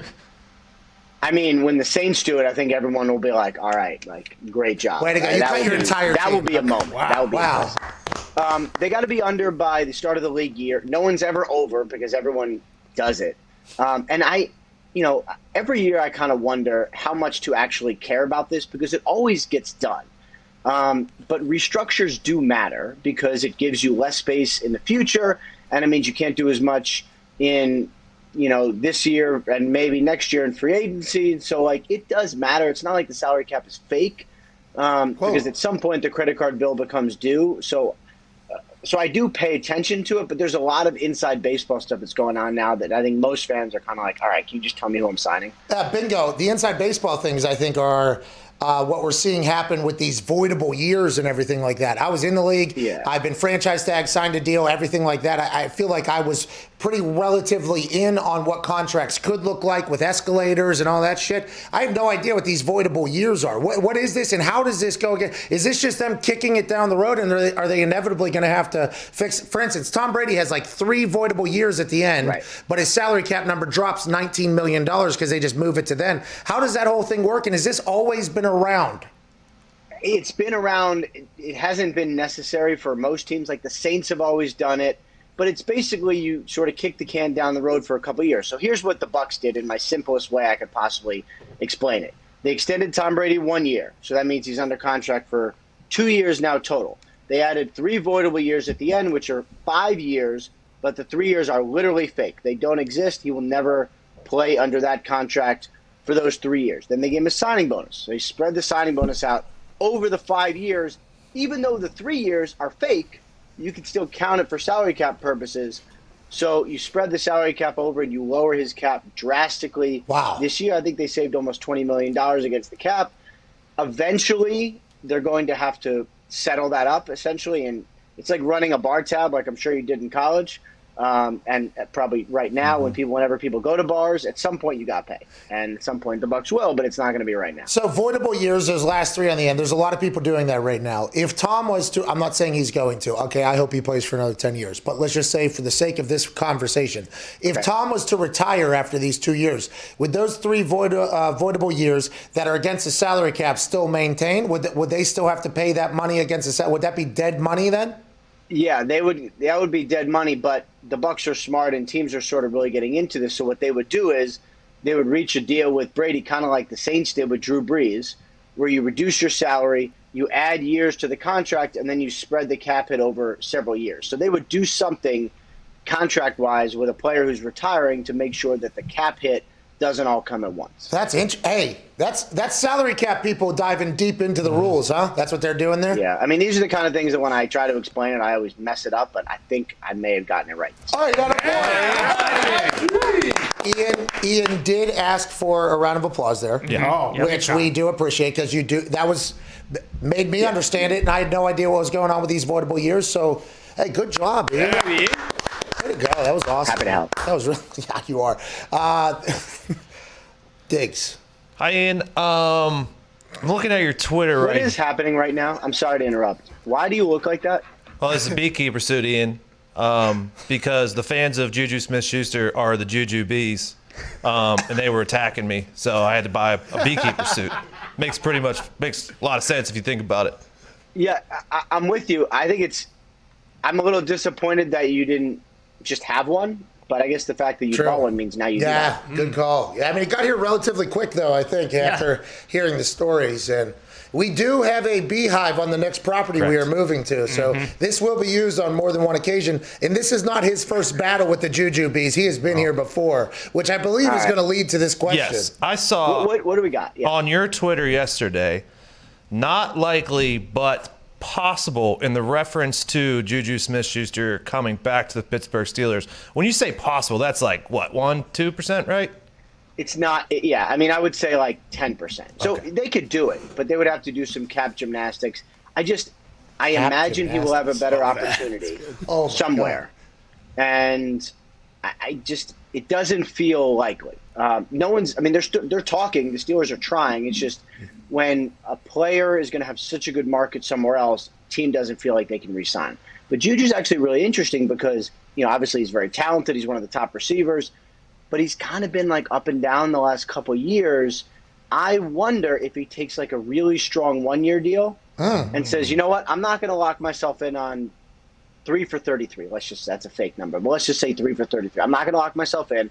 I'll take 1 for 10 and then go make 16 a year the following year. Yeah, prove it deal. I could see a 1-year deal coming. That'd be interesting. And by the way, Juju's a good businessman. He knows that if he has his best year at a new place, if he was to go to a new place, he will get paid much more than potentially right now coming off the season that was for him. Even though he had a great year, it's not the numbers that, I think some teams would give if he was to have a great year next year. Connor, go ahead. Yeah, Rap Sheet.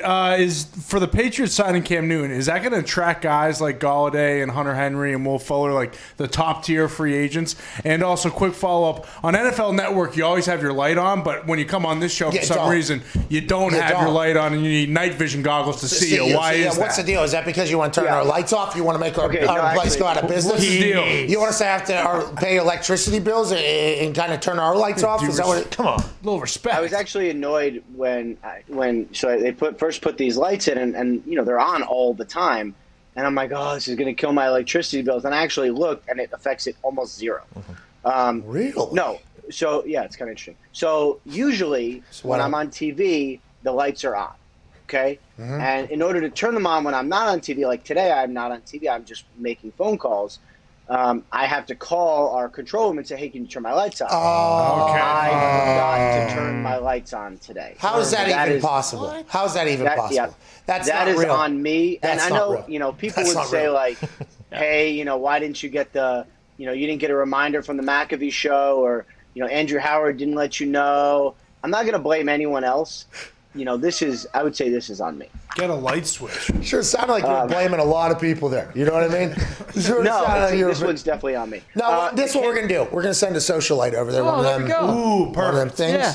And by the way, we'll get you one that you can turn on yourself. It's just one of those. Yeah. You just hit a little button. We'll do that because you do a lot for our show. You do a lot for our show. We do enjoy it a lot. Now, you don't give us the breaks that you have, you know what I mean? Because obviously the NFL and NFL Network. I got it saved in my phone right here, though. I have a question. How long are you holding on to this? You don't think somebody else is potentially going to break it, or is there only a certain time you're allowed to break it? How's this go?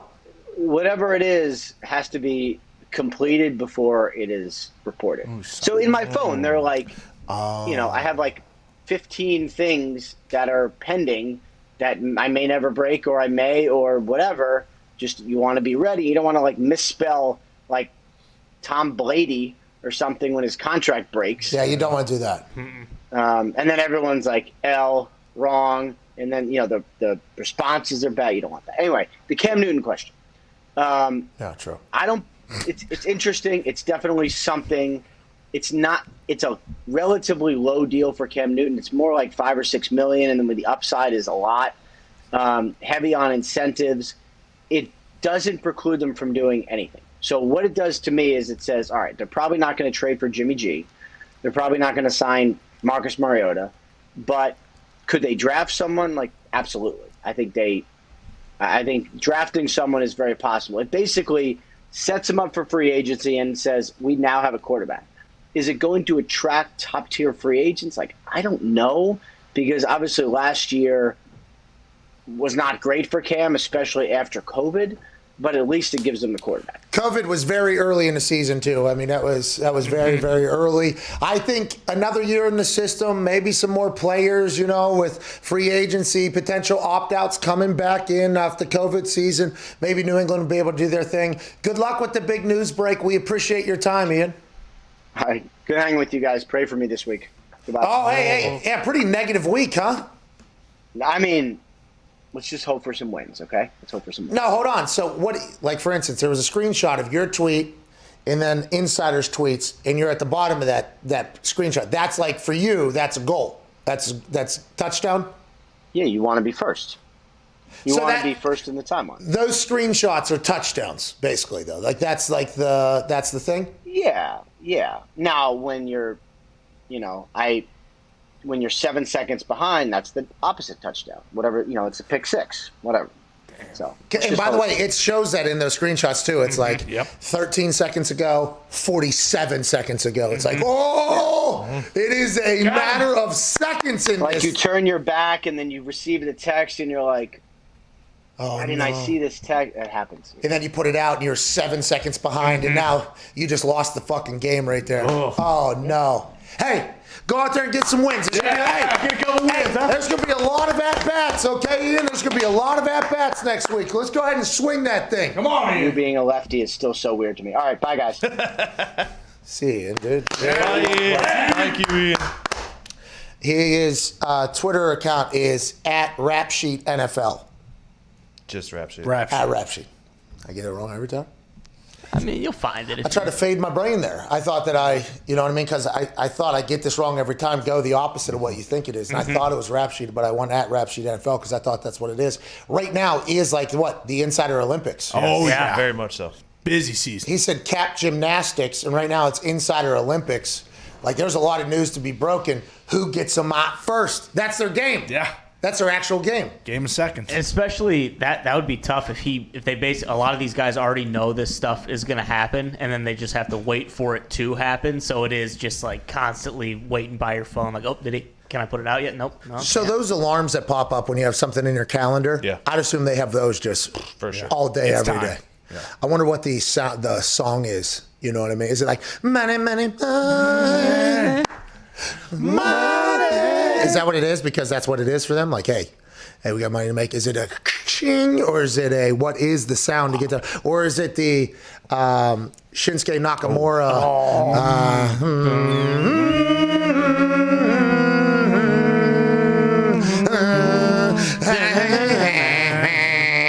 I personally like to think that it's like each respective network's the selection is in noise. Oh, like the draft. Yeah. That is a good sound, by the way, because normally it's an agonizing wait. Yeah. Then that sound comes. Oh, we got action. Here we go. Here we go. It's like fishing, when you see that bobber go under. That's what that. Whoa, okay, we got something. It never happens when I go out there. Did Juwan Howard get thrown out of this? Yeah, I think he fought. Like, listen, Ian was giving us a great answer, and I didn't want to have another Jordan Poyer situation, but I saw Juwan Howard getting held back by 3 of his assistants. Now they're only up 8. They were up 12 at one point. I have no clue what the hell happened, but I saw a lot of flexing. There is some beef going on right now between Michigan and Maryland. It's only an 8-point game. For everybody in the office, that would be the most devastating win if Michigan was to do that right there. That would be the most boxy thing of all time. Has that been confirmed? Did Howard actually get tossed out? I saw the other dude, there was like assistant coach standing up right there. Yeah, that is not good. Yeah, so he did get tossed. Oh, no. So what did he do? How did we do that? What happened? I don't know the full story, but both coaches ended up getting technicals, but for whatever reason, Howard got tossed. Well, that's bullshit. I would like a refund. And it looked like someone from Maryland Foxy. was chirping him or something.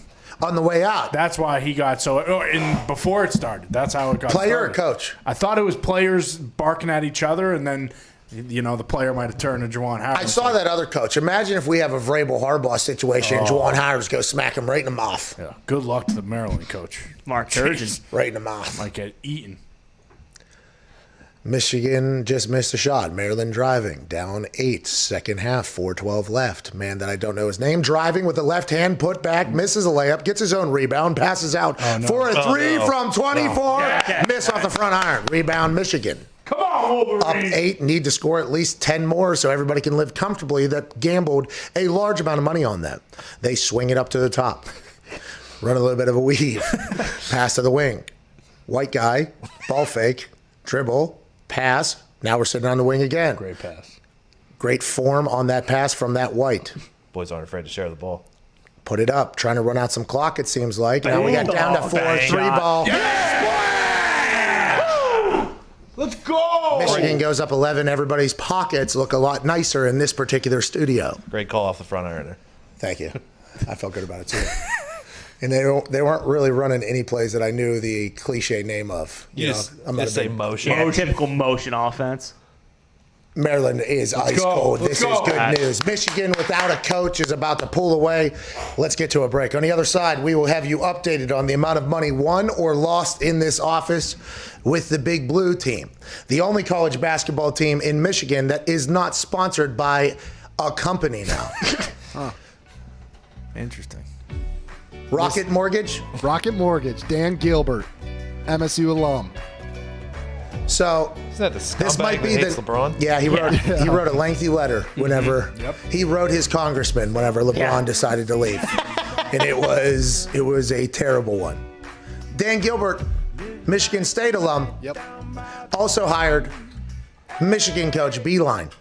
Oh, how is his loyalty to Michigan State? People are asking now. He was taking a great coach from Michigan out of the Big Ten and putting him in the Cavs uniform. That didn't really work out, but it worked out for Michigan State. Well, Beeline wouldn't have went over and smacked that Maryland coach in the mouth like Juwan Howard did. No way. But I believe Juwan Howard got these boys playing great basketball right now. He's awesome. Anyways, you guys doing that is obviously quite a sellout move. Yeah, what is going on? Yeah. But it's only a matter of time before everybody's doing that. And look for the Michigan State football team to be sponsored by somebody else potentially. Yeah. Ooh. AutoZone. Maybe Draymond Green just sponsors. That'd be awesome. The Michigan State Spartans football team presented by Evan Fox. That'd be awesome. If that happens, you're the head coach. Automatically. No, pal. I'm not playing for any And team. then you'll be yelling, "Go Green." No, I'm not saying it. You just thought you were going to get me on the other side of that thing? Not a chance. No way. I FaceTimed AJ no less than 5 times last night. Had my wife recording every single time. As soon as he was to answer, I was going to go, "OH, dude," and just see what he said. Because I thought maybe at home he'd be comfortable. Just, "Oh man, what's up?" Sure. I'd be like, fucking got it. Didn't answer. Then he called me back 3 times within a matter of 4 seconds. Like it was like a callback, hang up, callback, so that it could say that he called back 3 times. Unbelievable. Today he will IO. That's right. To us because Ohio State made us a lot of money yesterday. Ain't that right? That's right. Yeah. Well, not really. No, they lost actually. Today though. Minnesota made me a lot of money there. You took Minnesota? Yeah, I did, yeah. He wasn't saying IO. What do you want from me? Genius. Gotta do. Gotta do what I gotta do. Phone calls on the other side. Pat McAfee Show, Friday, March 12th. We understand the show is below the levels of other shows. Be a friend, tell a friend. We'll see you on the other side. We have a kid named Evan Fox in this office. This kid was once a videographer for weddings. He shoots no less than 200 basketballs a day. Now he's become full-time producer of Pat McAfee Show. The kid, I think, could potentially play in the NBA. He's been on the sideline of the national championship. Kid's been at the Super Bowl. Is one of the most talented dudes when it comes to interneting. And if Foxy drains an NBA 3 on his first shot, we will add $1,000 to the game. For $1,000 to win $1,000, you make this $1,000 for $2,000 cash for the listeners. I'd be lying if I said I wasn't nervous. My hands are sweating right now. I had no clue this was happening. I have no warm-ups. This is the biggest shot I've ever had. So I'm a little sore. I've never had a shot worth $1,000. I've never had a shot with this many eyes on me. But hey, I have no excuses. That this wasn't about excuse. Knees weak, arms are heavy. Go ahead, Foxy. Kid from Michigan with a beard. Evan Foxy with a fresh fade. Couple dribbles. He gets set. He steps up. He puts it up. Mom spaghetti. He's nervous, but on the surface he looks calm and ready to drop bombs.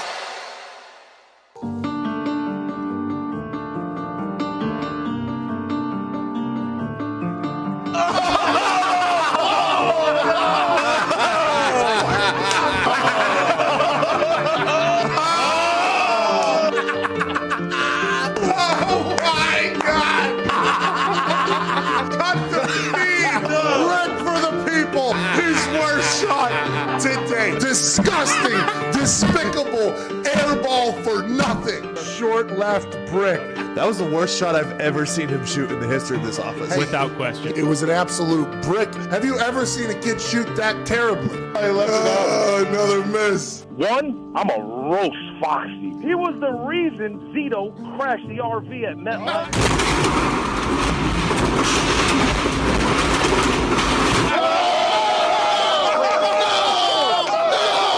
Foxy, you might look good, but you're a jinx, cuz you're like the... He's dead. He's dead. Rest in peace, Foxy. Evan Fox is currently 0 for 3. Currently shooting 0% in these types of shots. You have missed disgustingly. We're sorry, listeners. We're sorry, followers. We're sorry, subscribers. Evan Fox is just trying to ruin it at all stops. You are 0 for 4 in these types of shots. There's 0 chance this ball goes in. He's gone 0 for 5. That was $1,000 shot that didn't even hit rim. I stink. In front of the millions and millions of people. He held it up too. That's tough. That's embarrassing. The kid who never misses when the camera isn't on. Evan Fox, who's very handsome and very talented, will attempt to shoot for $2,000 cash for the listeners. We will give away 2 great... Oh, he passes it to himself off the brick. He steps up for the win.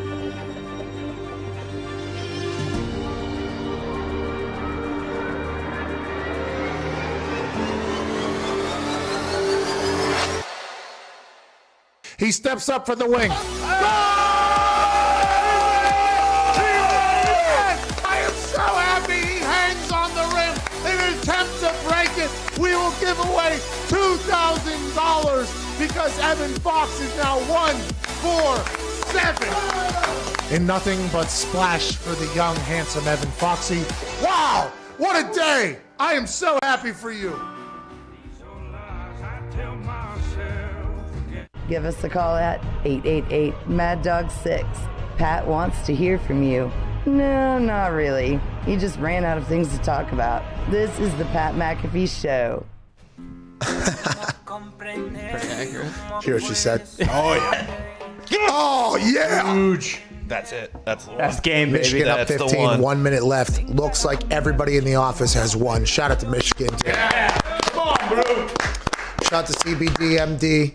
They've perfected a recipe to help you sleep better, longer, quicker at night with CBD PM Big Steel.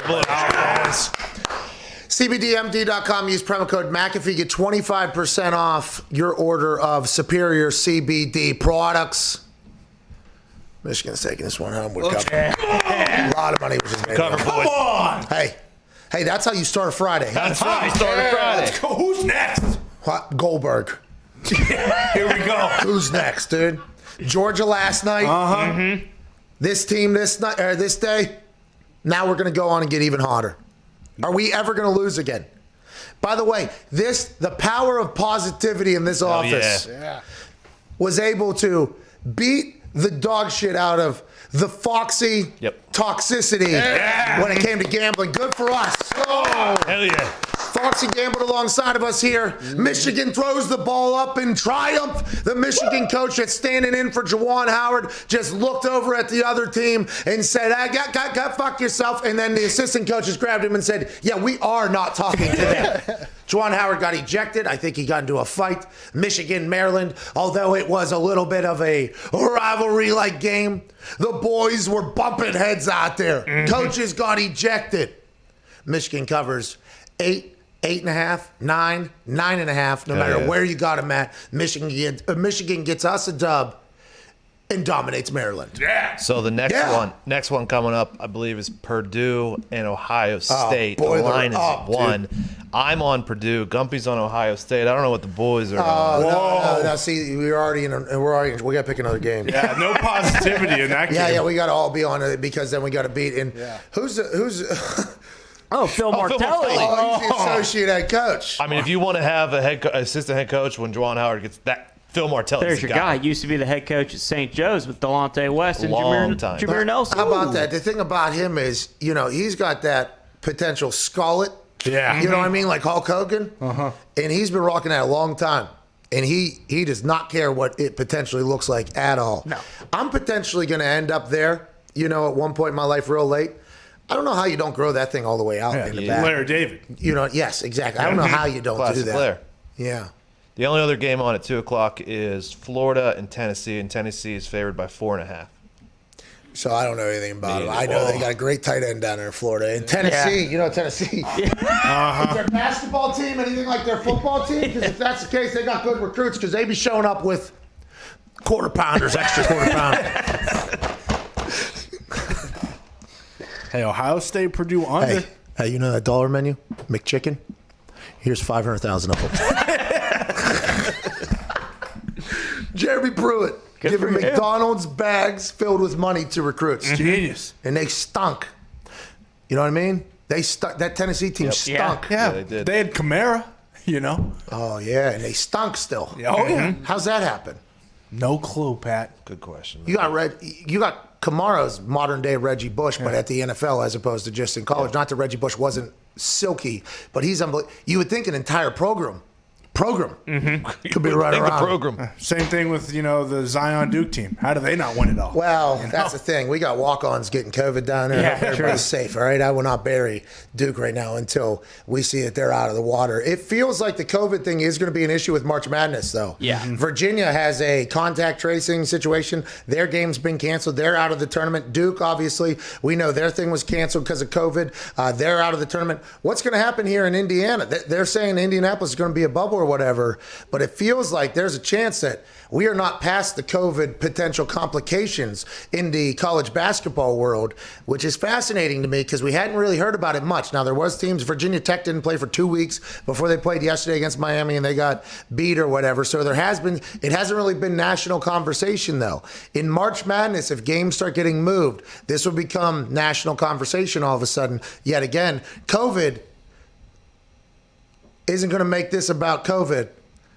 One last time. They're not going to miss the opportunity to make it about COVID one last time. There's a chance March Madness could be affected by old Uncle COVID coming back to life, it feels. I'll be interested to see because the tournament is 1 week away. Because in Virginia's test was today, and they're going to make the big tournament. But is a week enough for them to get back to playing for the big tournament? I don't know. And why is Virginia Tech out for 2 weeks or whatever? Yeah, I don't know.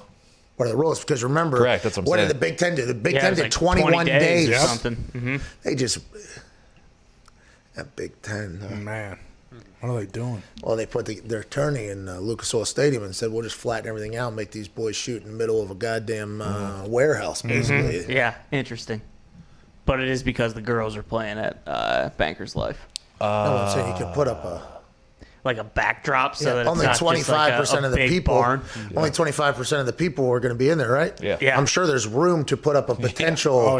So that behind the hoop, it doesn't just look like there's eternity. 40 miles down. And that's why Michigan started slow, and then they got their eyes adjusted. Yeah, Lucas Oil Stadium is a beautiful place, but I do believe the way it's configured for this particular setup with the college basketball, with the backdrops the way it is, I think they could have done differently. But I assume there's going to be numerous courts in there. Is there going to be numerous courts in Lucas Oil Stadium? I think it's split right now. 2 courts? I think there's 2 right now. But they only play one game at a time. But March Madness, though, what will they do? Well, that's the Pac-12 tournament right now is playing on 1 court, and there's an hour in between each game because they spray down the entire court and stuff like that. So they may have 2 courts in there, so they don't have to do that. Yeah. Lucas Oil Stadium, I wonder if you can get 3 in there, right? You can probably get 3 courts in there. Running that thing like an AAU tournament or whatever, or that bubble was down in the conference or whatever. Foxy says he hates it. Why do you hate that? Because then you hear the whistle from the ref on the other floor. Oh, it's like running at the rec. It's tough. It's the worst. Yes, they probably can't do that, huh? Yeah. But there's courts everywhere. You got Lucas Oil, you got Convention Center, you got Butler here. I think Banker's Life, obviously. They're playing in Bloomington. They're playing up there in Lafayette. Yeah. They're playing everywhere.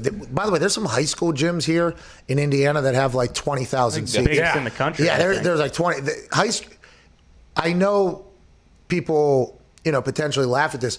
Indiana, I think, loves the sport of basketball more than any other state I've ever been to. It is by far. The Basketball Hall of Fame is here. It's just like the very deeply rooted basketball state here in Indiana. So March Madness coming here, big deal to the people of Indiana, by the way. This is our sport. We're getting a chance. By the way, we're a hosting city every single year, Indy 500, except for this last year and probably this upcoming year because of COVID.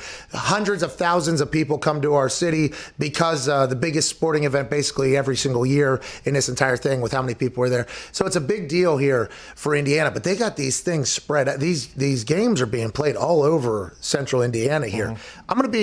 I'm excited to hear how this plays out. Teams, if they got to drive an hour and a half up to Purdue, are they staying all down here? Is there like a Purdue bracket that's happening? Probably. Like, you think?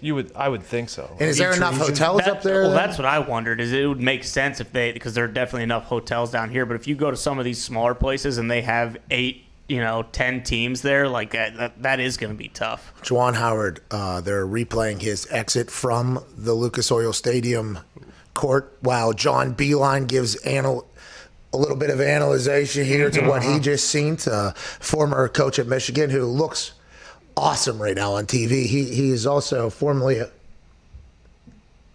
What's that? What were you going to do? Is somebody get cut? What was that face for, the face you made? Well, no, he does look awesome, but he looks a little more like when Tom Curran was putting his hand on his chest and his eyes. All right, so John Beilein, also West Virginia legend, please. So hey, I got a ton of respect. Cleveland Cavaliers ton of respect, legend. huh? Yeah. First thing came to your mind whenever I said his name right there on TV. You're like, nah.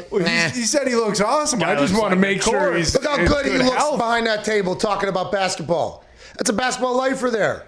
Took a job with Michigan State, Rocket Mortgage's Dan Gilbert down there in Cleveland. Hated basketball for the first time in his life. Let the guy get back into it a little bit here. I completely agree, but let's get the guy some nutrients then. I mean, I don't know what he's eating, but let's give him some fruits and vegetables and get the color back in his skin. Jeez. Good God. He looks green. You and I are nowhere near in any position to be judging how other people look. Okay? Just want to let you know. Any position. You look like parking cars, Foxborough. But Juwan Howard, it does feel hey, he did a fake kick and then said fuck something there. No. Who could it be? What happened? No. Massacre week continues here. Friday, March 12th via Matt Norlander. Breaking. Kansas has a player who's tested positive for COVID and has been removed from the Big 12 tourney, sources tell CBS Sports. Jayhawks were supposed to play Texas tonight in the semis. KU kept 2 players home due to COVID protocols prior to leaving for Kansas City. Kansas, Rock Chalk, Jayhawk. COVID hits Kansas. That was like a state that didn't have COVID, right? Went there for a long time. I think Kansas was one of the only states that had like, hey, we're good over here. Don't worry about what's going on. Now all of a sudden, the Kansas basketball team, a team that is very well respected, I do believe, in the college basketball historians' eyes. Blue blood. This is gonna Duke suck. at Kansas at. Like a third of these games are gonna get canceled. These kids better realize they're starting to do this shit. Like it takes all of us before next week. Hey, we are not far enough away to potentially have put the red light on the COVID potential toss-around party that's happening in colleges still, I'd assume. Oh, yeah. What are we, 5 days, 6 days out, 7 days, how many, a week out from the tourney? Mm-hmm. The suspensions are what, 10 days probably if you get around COVID? Oh. I would assume that, the NCAA and everybody, all these coaches put out like a bird call a week ago. Like, hey, we got to really button up here, boys. March Madness come around. If, all this shit we did all year really means nothing if we can't get through this whole thing. This is what we're playing for. Now it seems like it's coming to the forefront. Big COVID, making it about COVID one last time. Yeah, this is not good. Have they not? Has COVID not done enough? They canceled the tournament last year, Come COVID, on. because of you. One tiny moment. Didn't happen last year because of COVID. Now here's COVID. Sneaking back into this thing. And if March Madness is canceled because there isn't enough teams that are available to compete, and I'm not saying we're anywhere near that right now, okay? We're still in the conference tourneys and everything like that. But these names are Duke, Kansas, Virginia, These are big name schools that are not competing in March Madness. Let's assume it could potentially happen to maybe your school. Whoa. Whoa. No. My school. No. West Virginia won't do that. Not how you Bears do. No, COVID ain't going to West Virginia. No way. No. Not that West Virginia University men's basketball team brought to you by Coach Bob Huggins. That's right. Presented by Bob Huggins. Mm-hmm. What's that, Diggs? Okay, so for Virginia and Kansas, what are we supposed to the NCAA protocols for playing in the tournament require 7 consecutive days of negative test results among all Tier 1 personnel before arriving in Indy. Man. So they just can't come since they can't do that? Yeah, it's Kansas. I mean, they would play, today, next week? If everybody gets a negative. But First round is Friday, Saturday. And then as soon as one person gets a positive, it's contact tracing, right? Because basketball is all pretty much around each other. This son of a bitch COVID. I thought we beat it. I thought we beat it. Because of a news break that you had. You know what we did? We danced on its grave and it wasn't dead. Undertaker This is what Kim Jong-un was doing. He announced his death 3 times. Yep. And anybody that came out dancing, he came back with like fighter jet missiles. Mm-hmm. He actually did that. Yeah, gotcha. This is supposed to be Let's assume that dictator COVID would do the same damn thing. We said, oh, we're back. 40,000 in Texas. And 4th of July. Yeah. And COVID's like, oh, you don't think one last little tourney can get fucked up real quick? Excusez-moi. Where's the nearest walk-on who might get tempted to do something late at night? I'll get into that dorm room. And then contact trace me with him, and I'm everywhere. Get him out of the tourney. That's what COVID just said. This son of a bitch. We should have known this was going to happen. This is just... Well, you can't actually do anything, but is there any way, like with Duke, if it comes back and it's like, okay, none of these guys had COVID but the walk-on, isn't there some way we can kind of, get some of these teams back in the mix if their players aren't getting in? It's just guys on the end of the bench. Yeah, I would assume like contact tracing, all those guys are getting tested every day, right? Mm-hmm. So if it's only 7 days consecutively, Duke, I think they would have had to do some damage in the ACC tourney with how the year's they're been. dead. That's why they were dead. Mm-hmm. Now they did win though, didn't they? They beat. They were advancing in the tourney. Yeah. They won. So did they wave the white flag like they were trying to do before the season even started because they didn't think that they'd be able to get 7 straight? I don't know. Oh, because they weren't able to compete in the ACC tournament, so they assumed they weren't going to be able to get in. Mm-hmm. And Coach K said, instead of having the agony and embarrassment of going through Selection Sunday and us not being in there, we actually, before you fire us, we quit. That's right. Yeah. Okay. Do you think they won't do the 25% capacity now with the fans? Yeah, does Indiana change their rules because what's happening in the end? That's interesting. Just the thought of what happens if one of these teams can't play? What if we get a really good yeller? Yeah. And exactly. we keep them away. Those air horns. And they just have that projection and it goes, and it comes, and it's just like a COVID cannon. Yeah, straight out of the mouth. Yeah. What if you start calling mouths? I'll slap you right in your COVID cannon. Anyways, that could, who knows? Could be just floating through the air. And I say this often, but it did happen in the world that we currently live in. There was one point where we were told not to look at each other because COVID could spread via eye contact. Put on the goggles. That was a research that found that at one point in the last year. Mm-hmm. Try not to make eye contact. COVID is a son of a bitch if you try to stare it down, and it'll hop right into your eyeballs. One guy thought he got it through his eye on a plane. Yeah. And so I believe he stopped wearing contacts. You know, like 15, 20 years, another one of these situations will happen, and they'll say hey, do not look at people. And we'll be like, don't this, and then this one will actually. Yeah. You know what I mean? It'll be like the boy who cried wolf type situation with infectious diseases that are bouncing around via eye contact. Because of all these reasons, I may never, ever leave this suit. Yeah, dude, it is. I'm going to be honest. They're genius. Don't have to. I can eat and drink through it. It's going to be tough to eat, I think, but Yeah, you got to clear the screen. It's like whenever you get a little water on your screen or something, you kind of blow it out. You know what I mean? Like trampoline almost. If you want a burger too, just throw that thing in a blender. You can just drink it through a straw. I mean, it's going to have to get blended pretty fine. Pretty good. Pretty fine. Oh, yeah. Magic bullet. I'm talking. I'm not saying just any blender. Yeah. You know that old Foreman grill? That thing was awesome. Oh, yes, yeah. George's? Yeah, Hulk Hogan passed on that. That's a bad decision by him. Man. The Hulkster did? Allegedly, Hulk yeah. Hogan grill? Yeah, it was supposed to be the Hulksters, yeah. He passed on it. George Foreman said, let me get that. Smart. Ended up in every single college dorm, house, everywhere. Now the air fryer is doing that. This air fryer thing that is at the house now, Billy got it for me for our wedding present. Oh, That boy, Bill. Yeah, big thanks, Bill. You just put shit in. It makes no sense. You just push it in or push a button, and then it's like, check back in like 5-10 minutes or whatever. And you, you open it out, not yet. You do it there, and they pull it out. It's like, this is better than fucking everybody's. Game changer. Foreman's Grill was revolutionary. Yeah. This air fryer thing is, this got to be an Elon Musk production. I was going to say, why isn't there a name before the air fryer similar to George Foreman? Smart. Well, I think there's numerous ones. I couldn't tell you the exact name of the one that I'm fucking using. I got an Emerald one. It's pretty sweet. Who? Emerald. Gossip. Pow! Oh, yeah. Boom! Mm-hmm. It's nice to know he got in the game. Yeah. Can you get into the air fryer game? Can I get an air fryer? Can we get a Pat McAfee air fryer? Oh, PMS air fryer. Yeah.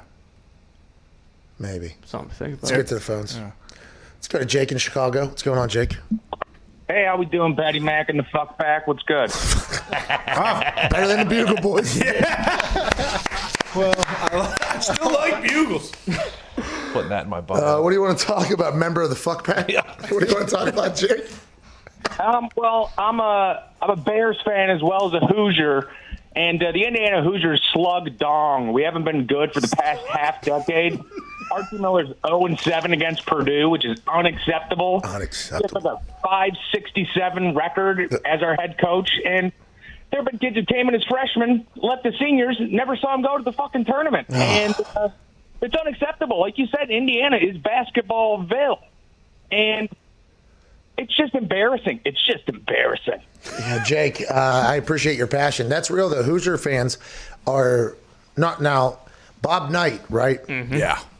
In this state, basketball, we love basketball, candy stripes, pinstripes, throw chairs, win games, do your thing, old school. Like people love basketball in Indiana. And I do believe it all goes back to potential Bob Knight. Now, as you go through the coaches, though, that have been there since then, you haven't really seen either the team give them a chance, like because the expectations are so high in basketball at Indiana, or they've held on maybe too long and something has kind of gone great and then it's gone down. Tom Crean had success. Yeah. Then he went from number 3 to the NIT. Mm-hmm. And everybody in Indiana was screaming, fire Tom Crean. Okay? And I'm only saying that, and you guys are like, oh, that's pretty clever. It actually was a song whenever we first started our show because it was something that was happening. It was unbelievable. They were the number 3 ranked team in the country going into the season. Then they ended up in the NIT, and it was like, well, they're number 3, I think, because of how they were the year before. Like, they were a pretty good team the year before. Then they fail that season. Everybody's like, oh, this guy stinks. Get him out of here. Now, our song, I believe Tom Crean probably heard, and I think he thought that we maybe were rounding up the troops. Sure. We were not at all. What we were saying is, this is what everybody else is saying now. Yeah. They bring in Archie Miller, this guy. He hits us with a cease and desist for Arch Madness or something like that going. No, it wasn't him. The Missouri Valley Conference or whatever. He's been around a long time. And you listen to the diehards. I think after the firing of Tom Crean after one season, a lot of the diehard fans are like, let's let this guy figure it out. Let's not just go ahead and fire him. But there is a little bit of a tide turning against old Indiana Hoosier Arch Miller there, coach, because, I mean, it's unacceptable what's going on down there in Basketballville. You got to win. That's what Indiana basketball preaches. You know, it's interesting. What happens when this overtime $100,000 league happens and then G League starts happening? You know what I mean? Like, you think the diehard college basketball fans are going to become fans of those, or no? No. I think what happens with college basketball, you think, in the future? I mean, it feels like the diehard college basketball towns like Indiana are the ones that will survive, and the other ones will fall off. Oh, yeah, I think so. I think there's a chance. There's way too much money out there and too many options at this point. Unless colleges somehow come out with a great marketing play to sell themselves on why they're important to the world, to incredible athletes who have a massive brand already that can make more money on the internet than they'll make going in doing the job they're going to school for. I don't know how it survives. I don't know how. I guess like the legacy type thing, right? Like, okay, you play at Duke, you play at Kentucky, Indiana, the legacy schools, but I don't know how college basketball is going to continue. And like, this is obviously not next year or the year after that, but like 5 years from now, 10 years from now, what does college basketball look? Maybe we should enjoy this March Madness as much as we can, because who knows how long this is really going to be around. Especially if that thing succeeds early and they start widening the amount of kids who can play, because then teams like Duke and Kentucky will get, it's like I could either go to Duke or Kentucky, or I could just go fucking play in this overtime league. Well, and the overtime league, I think, is juniors and seniors, and then the G League would be for the graduates there, because if you play in the overtime league, you're foregoing your amateurism, which is a word that the NCAA made up so that they could say that they don't have to pay athletes. Well, amateurism is amateurism. So if you get paid as a junior and senior in that overtime league, which I do believe overtime will not be the only league that is doing that, by the way, because if you start looking at that from a deeper standpoint, I believe they're going to play that in an agency-owned place. Okay, so let's assume that maybe other agencies are potentially going to start building their own with, potential social media platforms alongside of them. Yeah. Let's assume that's going to become a pretty good option for like 15, 16-year-olds, a lot more that potentially would enjoy $100,000 for their families and for themselves. I think that potentially is going to widespread. I think that's going to grow. Well, could they survive with like the Rocket Mortgage thing with Michigan State and have like Rocket Mortgage be dishing out some cash I here think, and there? I think Rocket Mortgage is potentially giving them money because they had like at least 200 to 300 lawyers you guys have had to pay. Yeah, for sure. Geez, for the last like 10 years or so. Yeah. That's right. What's going on, Diggs? So my question about the overtime league is it's 16 to 19-year-olds, and if you don't go straight from there to the NBA, they're giving you $100,000 to go to college. Can you lose your eligibility, right? You can't play basketball in college. Yeah, it's the amateurism thing. As soon as you accept $1 for what you're doing, you cannot be in the NCAA because you have foregone your amateurism status. What is that? It's amateurism. Who made up that word? You guys did. So you can't just make up a word to be a reason for why you can't do something. No, it's amateurism. And most kids it's amateur hour. Dude. In those overtime leagues would probably, take the money from overtime and then go overseas. They wouldn't go to college. Yeah, go to Lithuania. Yeah, just keep playing pro somewhere else. Bro, I'm putting up shots at 17 in Lithuania today. Yeah, come on. Now, granted, when little baby boy Prime McAfee or Google McAfee, presented by Pat McAfee Google here, or Sirius McAfee, Cyril. Or if a cereal company wants to get involved, Fruity Pebbles McAfee. Doobie McAfee presented by marijuana. Yeah, if there's something like that, which is going to come along. Little FanDuel McAfee, whatever the case is. Yeah. He's going to be putting up NBA threes whenever he turns probably 3 or 4 years old. Yeah. Every gym is going to look small to him. Yeah. He's going to suck for a long time. He's not going to have enough power to get that ball to that hoop. But when he does, he's going to appreciate me. Oh, yeah. People come in here to our NBA threes and just throw up air balls for the first hour. They have no idea how far it is. I'm like, we should have been doing this since high school. We should have been shooting NBA threes since high school. Oh, yeah. Steph Curry's been shooting half-court shots in the NBA since he's like 15 years old or whatever. That court looks real small. And my kid's going to be getting broken off at the age of 16 or 17 from one of these little agency scams. Let's go. You know what I mean? We ain't signing with your agency after this thing. Yeah, you are. You're not getting paid. All right, fuck it. Let's go to Chuck in Chicago. What's going on, Chuck? Yo, what's going on, boys? How you guys doing on this glorious Friday? Hey, not too shabby. Wrapping up hour 2 here. Excited to chat with Chuck in Chicago. What do you got, bub? All right, I want to talk about how getting Russell Wilson is not the best idea for Chicago. Oh, Chicago doesn't want Russ. Whoa. Because, being realistic, we're not going to win a Super Bowl in the next 2 to 3 years. That we got to look towards the future. So drafting the quarterback from Texas A&M, he has swagger. He has so much potential and upside that you really can't pass on that. He's going to be what we want Trubisky, what we ideally wish Trubisky was. Yeah, amen, Chuck. We appreciate that. And I do not know that Chicago wouldn't want Russell Wilson. I assume that was a come together. But you got to remember, winning the Super Bowl is very difficult. 31 teams lose every single year. If you're Chicago and you think Russell Wilson makes you better, and is that right now? Where's he going? Rapoport potentially breaking something, maybe that'll be the case. And it was actually you think you would like this one or whatever. The Russell Wilson news is captivating. If he gets to Chicago, I think that makes Chicago better. I do. Oh, yeah, without question. Much better. Better than Kellen Mond, probably. I would assume. But I don't know if they win a Super Bowl. It's tough. It's very difficult to win a Super Bowl. Hopefully Chicago will be able to do that. And I'm excited to see where Russell Wilson is going. He's on a plane with a baby. Yeah. Whoa. Juwan Howard, I believe, told somebody he would fuck him up. I'm not the best lip reader, but while Chuck was talking, they showed a replay. I believe Juwan Howard was about to swing. Yes. I like this Michigan thing. Yes. 10 seconds until hour 2 wraps up here. In the third hour, we'll have Buda Baker and AJ Hawk, and hopefully more of your phone calls. This is the Pat McAfee Show, Sirius XM, Channel 82, Mad Dog Sports Radio. Hello and welcome to Office Championship Wrestling live in Indianapolis, Indiana. Tonight we have a straight to hell match in which the Devil will battle against our office wrestler, Dylan Boston. You might be wondering how we got here. Let's find out right now. And now we have to make a deal with the Devil. Yeah, no big deal. Classic trial by combat situation. We got our champion, Dylan Bostic. All he's got to do, win the match, 1, 2, 3, and we're home safe. The only man that would take the job to protect us from the Devil himself, Dylan Boston. Like you mentioned, Pat, there's probably about 5 or 6 other guys we'd rather have in this position, but we'll take Bostic, I guess.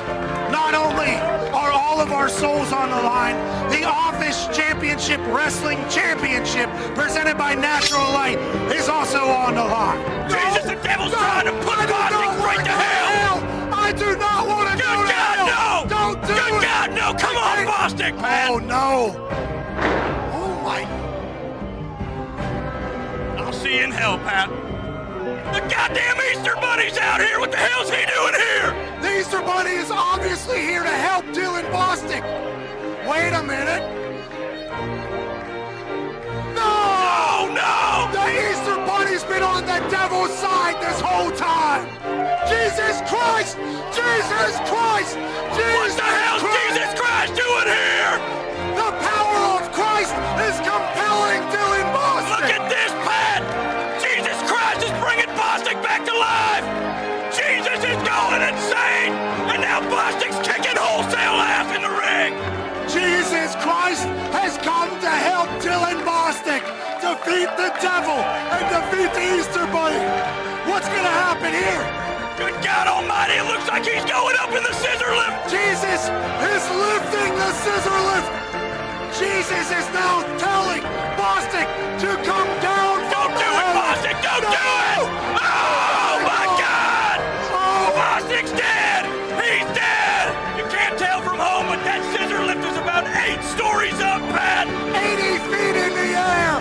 Oh, wait! He's tuning up the bed! The Devil! Super kick! Into the casket! The Devil goes down! The Devil goes down! He shuts the casket! Straight back to hell!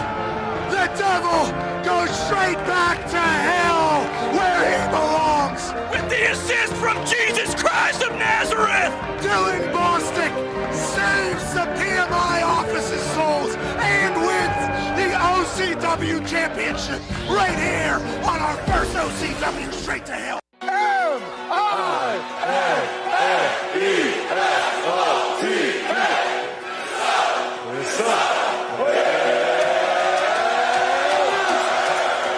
Lucky to be here at the Northrop Hall with the incredible crowd.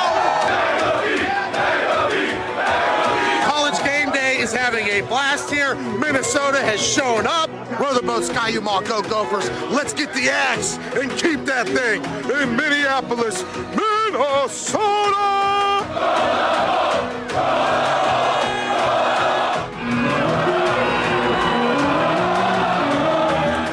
Is about to lose their minds. Ladies and gentlemen, watch a man maestro a crowd like Coach Lee Corso. Give it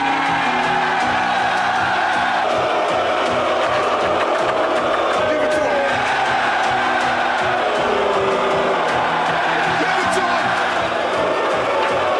Give it to him. Watch, now he'll say to me, works every time, what? Every time.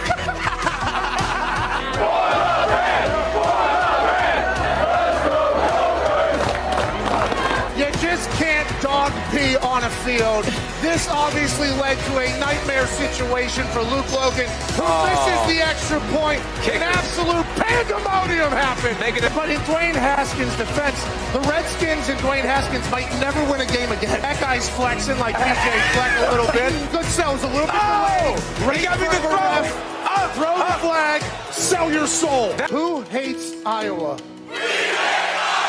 A lot of hate here in Minnesota, Maria. Hey, you look good, pal. For me, right after we leave this octagon, I'm going to Lake Minnetonka. I'm pulling a swordfish out of there. Then I'm going to stop by Paisley Park. I'm going to pay my respects to Prince in the Purple Rain. Then I'm going to walk into TCF Bank Stadium, and I'm going to say,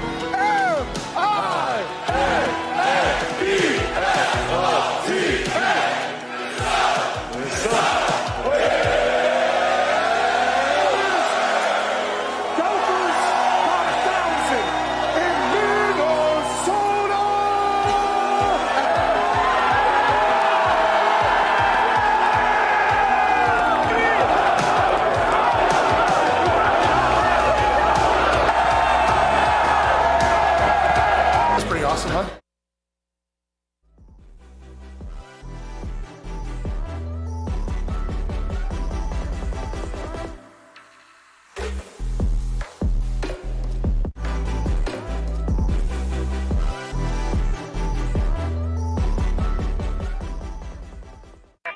The Pat McAfee Show. There'll be no rules for our guests, for us, for the things we can talk about. Speaking his mind I've never had a problem expressing my opinions or my thoughts or anything like that. while being relatable. I haven't had that manufactured fake-ass celebrity that a lot of people have whenever they go on those big networks. I've had a chance to really build my crew, build my following, build my audience. And ridiculous. What am I supposed to do? So I'm supposed to look at something that I can definitely afford and say, nah. Is that what I'm supposed to do? The Pat McAfee Show starts in 3, 2, 1. Welcome back to that show. Okay, hour 3 on maybe our dumbest show of all time. Friday, March 12th, 2021. The responses to the beekeeper suit on the internet are next level. Obviously, we have a man in a full beekeeper suit in Tone Diggs because he is entrenched in battle with the Juju Bees over things that he said about Juju Smith-Schuster not respecting the steel workers that made Pittsburgh. Way to go, Diggs. Proud of you, bud. Another man that would be very proud of what you're standing up for. The blue-collar people of Pittsburgh, Diggs. A blue-collar man himself who has had a chance to taste the finer things in life because he has been paid, I think, $300, $400 million in his entire career. Ladies and gentlemen, AJ Hawk. How you doing, man? How you doing, Diggs? You look good. Thank you, pal. Did you see him ask Ian Rapoport of the NFL Network and employed by the NFL a question? I mean, it is, you know, there's a lot of dumb shit that pops off on this show. Diggs in a bee suit talking to Ian Rapoport about free agency news breakings. Maybe my favorite thing we've done thus far. It was the reveal. So I watched the Rapoport, and I didn't know that was the first time Diggs was introduced himself as the beekeeper like today. I didn't realize it was the first time. It makes me mad. AJ. No. AJ. What? It's been the whole show. Whole show, AJ. I know, but I'm saying, I guess to Ian. Oh, yes. Okay, yeah. All right. Obviously, Ian, but okay, so you kicked off the show. I didn't see the beginning. You came out in that. Hey, just know this. There was no ESPN people on the show today, AJ. No way. Why is that? New mandate. Mm-hmm. New mandate. They're not allowed on the show. Memo around the office. They're not allowed on the show. They're not allowed on the show. Does Ariel count in that? I don't know. They don't really care about UFC. I don't know. That's an interesting thing. But yeah, we had some good times with some of those. We did. Wait, was it sent to you? Teammates, friends, people that I've known for years. Not allowed anymore. Don't come. Can't do it. How'd you find out? I got a text and then a follow-up call from somebody in some other field to allow me the information or whatever. Man, so R.I.P. to Orlovsky on this show. Well, that is quite a bummer. I want to let you know that I am not happy about that at all, but he'll go on to do great things over there, and we'll continue to probably, just Charge along. Absolutely. It was a good era. You know what I mean? Every once in a while. Wait, what happened though? What did No did more an Rex Ryan. ESPN employee Just hit say me. something wrong? No. I mean, I can tell you. Oh, no. Rex? Not Rex. Back room's missing it. Yeah. Could have had the Grim Reaper come up. Could have been Massacre Week. Could have been the end of the Rex Ryan era on the show is over. Nope. We've come too far. But yeah, Rex is out, I guess. What about Greenberg? I know. Greedy. I assume that means you're not going on. Well, now, yeah, do I have to? I guess I would, because I mean, I spent $1 million traveling around the country working for that company, so I guess I would have to. I guess I would have to just kind of maybe not ever go on their thing again, too. Lack of Goes both ways. Lack of respect. Time to dig the Is that what I got trenches. to do, AJ? Is that, because Oh, that's Jet. Wait, No! I need to know what it is. No! Joe, no! Shit. Oh, no! Who are we gonna talk Oh, baseball no, with? you missed it again. Could have done it again. Sean Could have Casey. done it again right there. Still got him. No, I don't want to throw you off. Oh, Feel Good Friday. Feel Good Friday. Anyways, Oh, Jet. AJ, it was a tough morning with Jet passing. Dude! Man, Miss you, no, I need to know what happened. Thank you, Jet Plane. You know what happened, dude. This is what happens. But no, like ESPN, they at least in the past, like their employees like didn't do a whole lot outside of the ESPN platform, whether it be one of their radio shows or whatever. So they've been doing more. I just wonder, is it just your show, or do they not want ESPN people on any I do other network? believe this particular show was singled out. I do believe. But it's all right. It was a good run. Joining us now, how's that? Can't imagine why. I will say that when this guest was originally scheduled to be on the show and then he missed it, he could have been a guest alongside an ESPN. That just came down this morning, you know what I mean? But now he's back in the game. He's back on the show. We assume he was working out, getting better and better at football the other day when he missed his appearance here and made us look like absolute fucking stooges. Damn it. Joining us now, ladies and gentlemen, absolute monster for the Arizona Cardinals, Buda Baker. Yeah! What's going on, Buda? What's good? Man, my bad. First and foremost, my bad, man. Yeah. Like you said, I was working out. Yeah! Knew it. You know, I was in the backyard, and next thing you know, I get this weird FaceTime. And you know me, I don't really answer numbers that I don't know. So I saw it, and I'm like, yeah, I don't know who that is. Just put it down. Man, if we would have got you in the middle of a workout, by the way, like if we would have called back, because the first time you didn't answer, we didn't know. We're like, oh, he's probably working out. If we were to call back and you were to answer and he's sweating and breathing hard, it's like, we knew it. That's all. What are you doing right now? Is life just training, eating, hanging out? How are you? How are you taking up your time? Your house looks beautiful, by the way. Congratulations. Congrats. Appreciate it. Yeah, like you said, you know, I went to Miami with the lady, chilled with her, you know. After that, kind of just got right back into the weight room and started lifting, you know. So just been training and chilling at the house. Buda, we know the whole J.J. Watt situation happened. Were you as surprised as the rest of us were that he was signing with your team? Yeah, I was very surprised. I was very surprised, but very happy, you know, especially with Chandler Jones, one of the best pass rushers as well. So for me, I was very excited, you know, make my life a lot easier. For sure. Hey, are you working on maybe long-term speed a little bit? That's so fucked up. I should not have said that, Buda. Yeah, you know, I'm working on everything, but you know, my long-term speed, I'm a fast guy. I know. Hey, I'm a fast guy. If you want to race me, just let me know. No. Hey, sure. Have you seen the shoes I've been wearing, dude? You don't want any pieces of that, pal. What are those, Skechers? Whoa. Buda. Yes. No. Hey, I can't see. It's blurry. That's that's the No, you connection. can see very well. Buda. You can see great. Buda, whenever you look at your team, adding J.J. Watt, and the owner said it's going to be a seismic shift of teams, and I think there's still some money to be used. What do you think it's going to be to get over there? Now, like J.J. is obviously going to help. That is another weapon on the defensive line. The defense has, you know, great upside, especially with you flying around on every single play, killing somebody. How do you think Arizona Cardinals takes that next step? Do you think you need another piece? What do you think it is? Oh man, for me, it's we had a great team last year, And I know this year with the organization we have, team is going to be even greater. And my whole thing to last year is paying attention to that detail. We didn't pay attention to detail as good as we could have been, and that is why we had the record we had. But, when it came to talent and players, we had the players. It was just a matter of paying attention to detail and taking it week by week and not focusing on the next week and focusing on the week ahead because, like each day isn't promised, right? So each day you're on that field isn't promised as well. So you want to make sure that you're thinking about that certain day or that certain game and not going ahead. So that's the thing that I feel like we're definitely going to work on and definitely be a lot better this year. Is that something that you can figure out in the moment, or do you have to, like, once the season's over, you've had some rough losses, you look back and say, like, oh, these are the things I overlooked, I didn't even realize it?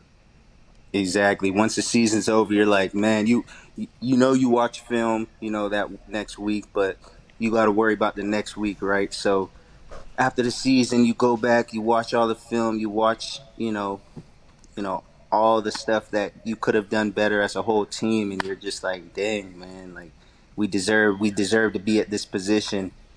So, we're just gonna put the work in. That's what I want to make sure our guys know. We're gonna put the work in. We're gonna compete, and it's gonna be competition each and every day. And for me, being the leader that I am, one of the leaders on the team, I'm gonna definitely emphasize we're gonna be competing, paying attention to detail, taking it day by day, and sky's the limit for us. Are you a vocal leader day to day, or is it more like show the way?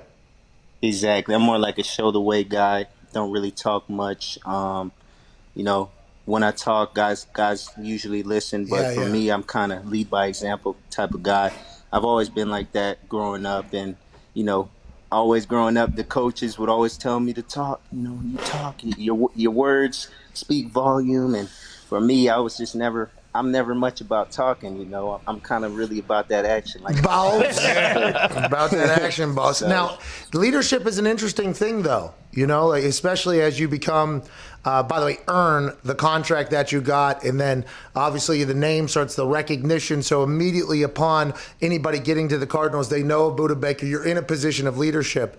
Is it natural? Do you have to think about that? Like, hey, if I show up a little bit late to something, or if I'm not the earliest person, like people will notice. Like, is that something that you actually have to think about day to day, or is it just like a natural thing you understand that it comes with the territory?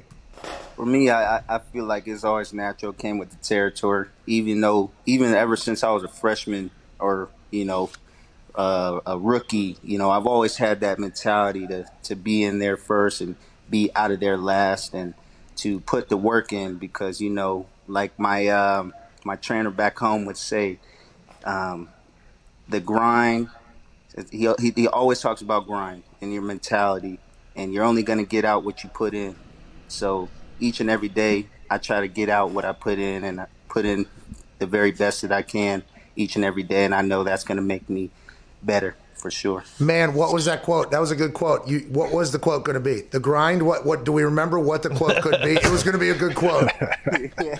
I don't really. We understand what you're talking about. The grind, the grind never stops, baby. That's right. Buddha, speaking of that grind, you ever watch film or any kind of old footage from like the 70s, 80s, 90s, even early 2000s, and are jealous of what the DBs could do and how they could just decapitate people? Oh man, for sure. That was definitely a crazy time. For me, I used to grow up watching LT on YouTube. Of course, I probably wasn't born yet, but not LaDainian Thompson, but Lawrence Taylor. Yeah. His whole mentality was crazy. He was a crazy dude. And right before games, I would watch Lawrence Taylor highlights on YouTube and just getting that mentality to not fear nobody. And to, I love the way he played the game because he was always angry out there, and that's kind of how I am. I'm kind of a cool type of chill person off the football field, but on the football field, that flip switches, and I turn into a little Tasmanian devil.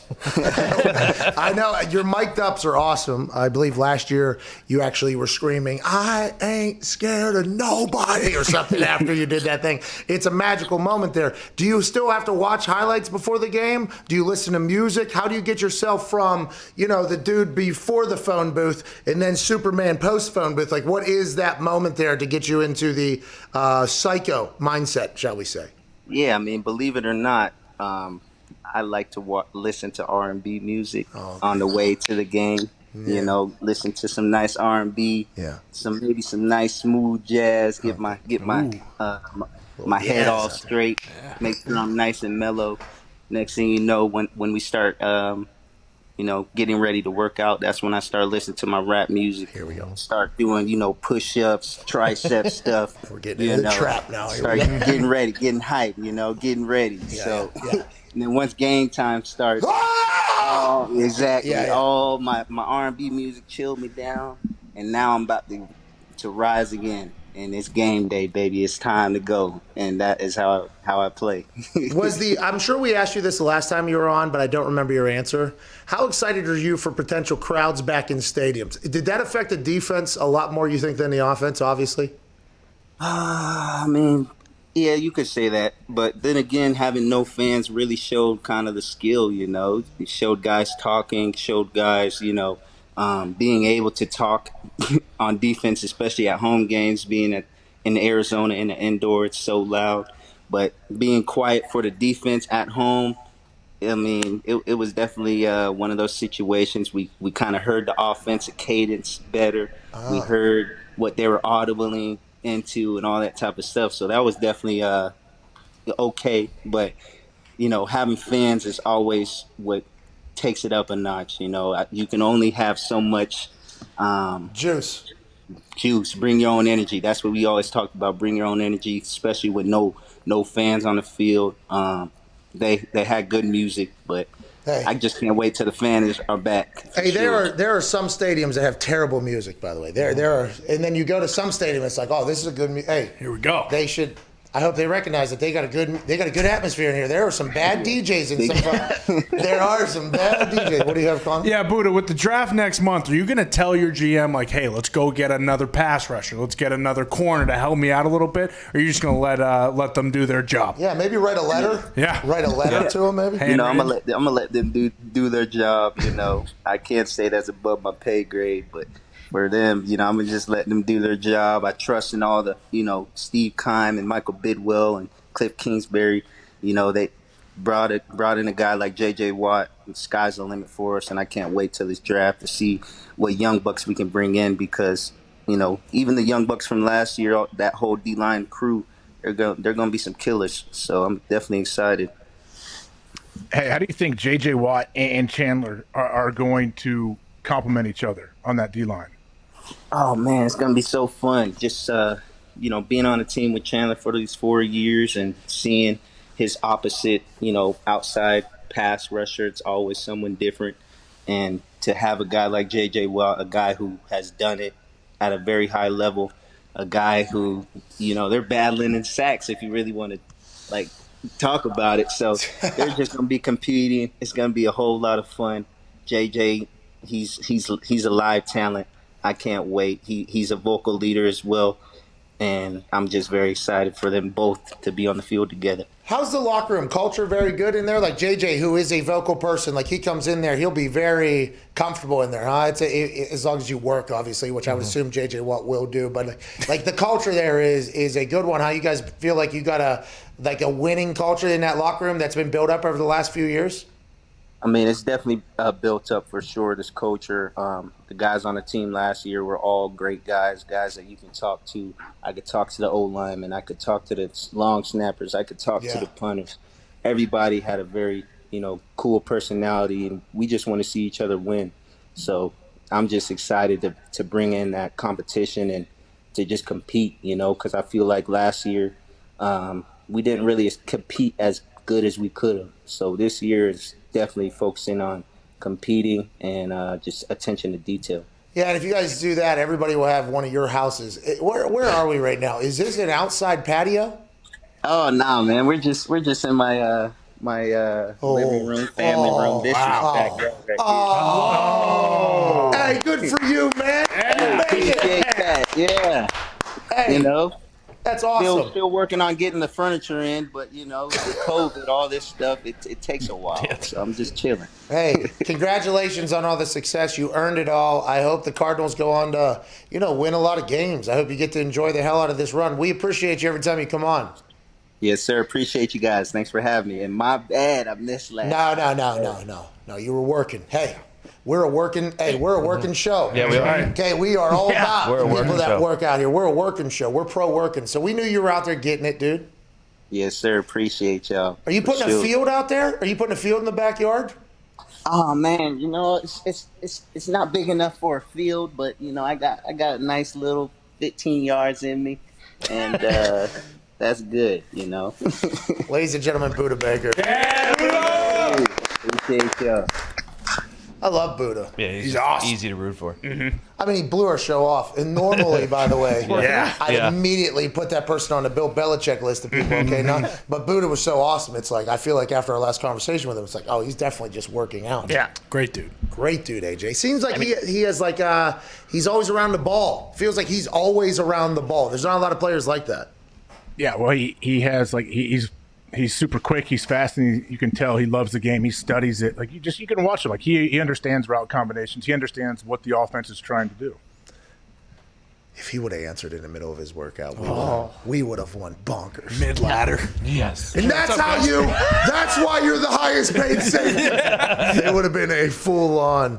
Let's get to a break, and then we'll wrap up this Feel Good Friday. We'll be back on the other side with some phone calls. AJ, you want to take some phone calls, AJ? Yeah, I think we should after the break, right? Look at that shirt, huh? It's pretty nice. Glad I took Ohio State when he's wearing that shirt. What's the score? Yeah, they covered, right? Didn't they cover for you? They did not. No, they didn't. But today they will. Hey, how come you didn't answer any of my calls last night? First off, I FaceTimed you this morning and last night. Yeah, I was busy. Well, how come you didn't answer mine? I was busy. OH. Nope.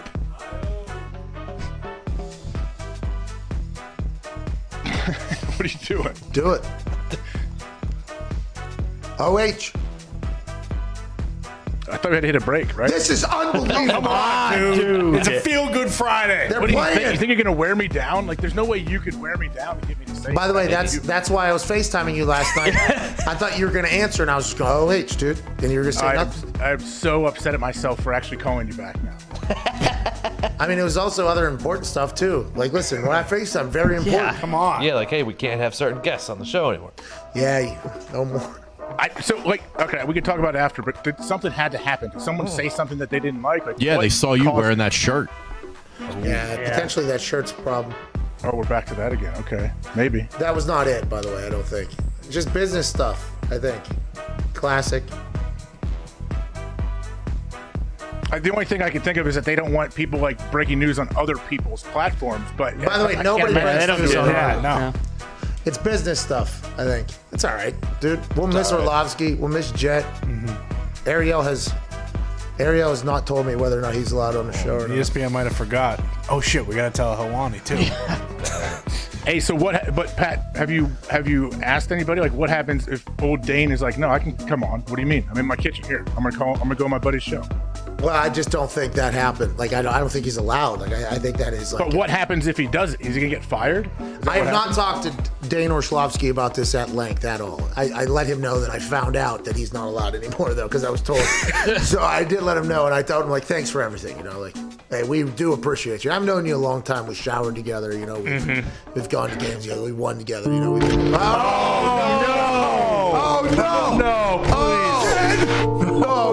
No. It could be, hold on. Please, no. Could be anybody. Who is it? Ian Rapoport. The Chargers are releasing Pro Bowl guard Trey Turner, sources say. After attempting to trade him for the past few days, his release saves more than $11 million against the cap. The salary cap that was caused by that son of a bitch COVID claims yet another middle-class man in the NFL from the $2 million to $12 million slot yearly salary. People are getting blindsided and fired left and right after trade attempts failed. Nobody would trade for that. Everybody knows. Everybody's trying to get rid of that. He had no chance. Trey Turner moving out of L.A. Hell of a run over there, Trey. Boy, Trey. No. Man. Jeez Louise. Sad to see. He's a good player. It's a good player. And when it saves the team, it saves their team $11 million in cap space. You're like, yeah, they would. Yeah. But sucks. Hey, you know what the issue is here? What? Feels like NFL teams are thinking that offensive linemen are just the replaceable ones. Yeah. So whenever I looked ahead to Massacre week, I was like, okay, kickers and punters are going to get it. And they did, by the way, restructuring and everything like that.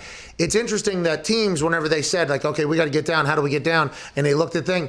I did not think, and by the way, I would like it to be known that if I am ever a general manager of a team and the team is presented by me and I'm the one calling the shots and everything like that, like the Michigan State Spartans are with Rocket Mortgage, I will build through the offensive line. Like that is where you need to go. Some teams are like, we think we can fill in better here. We think we can get better at a much cheaper rate. That is quite a gamble, especially in the NFL that we live in currently with the defensive ends and outside linebackers that exist and the offenses that are currently taking place. This is going to be very interesting to see the, domino effect with the lack of respect for the offensive lineman when it comes to salary cap. We got to get underneath game. And a team like the Chargers, who's got a rookie quarterback who, runs people over. Needs to be defended, though.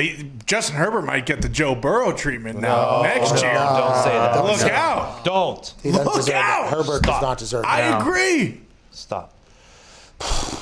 Let's go to a break, dude. Massacre week. Hey, don't most coaches though? A lot of coaches say what they want to build their team through the offensive defensive line. I know Urban came out and said he starts with the D line, right, for his defense. Edging. And that's what, by the way, they're living on the edge there, and so the edge rush, by the way, big part of that thing. But no edge, no chance. We're gonna live on the edge. You're living on the edge. And down there in Duval, a lot of coaches say that personnel people might view that differently. And that's kind of... Well, number one, if you're a personnel guy or anybody, well, first position I need to figure out, quarterback. Then we can move everything else from there. Okay, but once you think a quarterback, it's like, all right, what is directly tied to this? Oh, his livelihood. Okay, let's try to do this whole thing here. But there's also other personnel that are like, we're paying $11 million. Can we not get somebody that's maybe $2 million to do a similar job? We'll find out. Yonda was tough to replace. Yeah. They felt that for a long time. You lose a great offensive lineman, it is not always as easy just to plug and place there.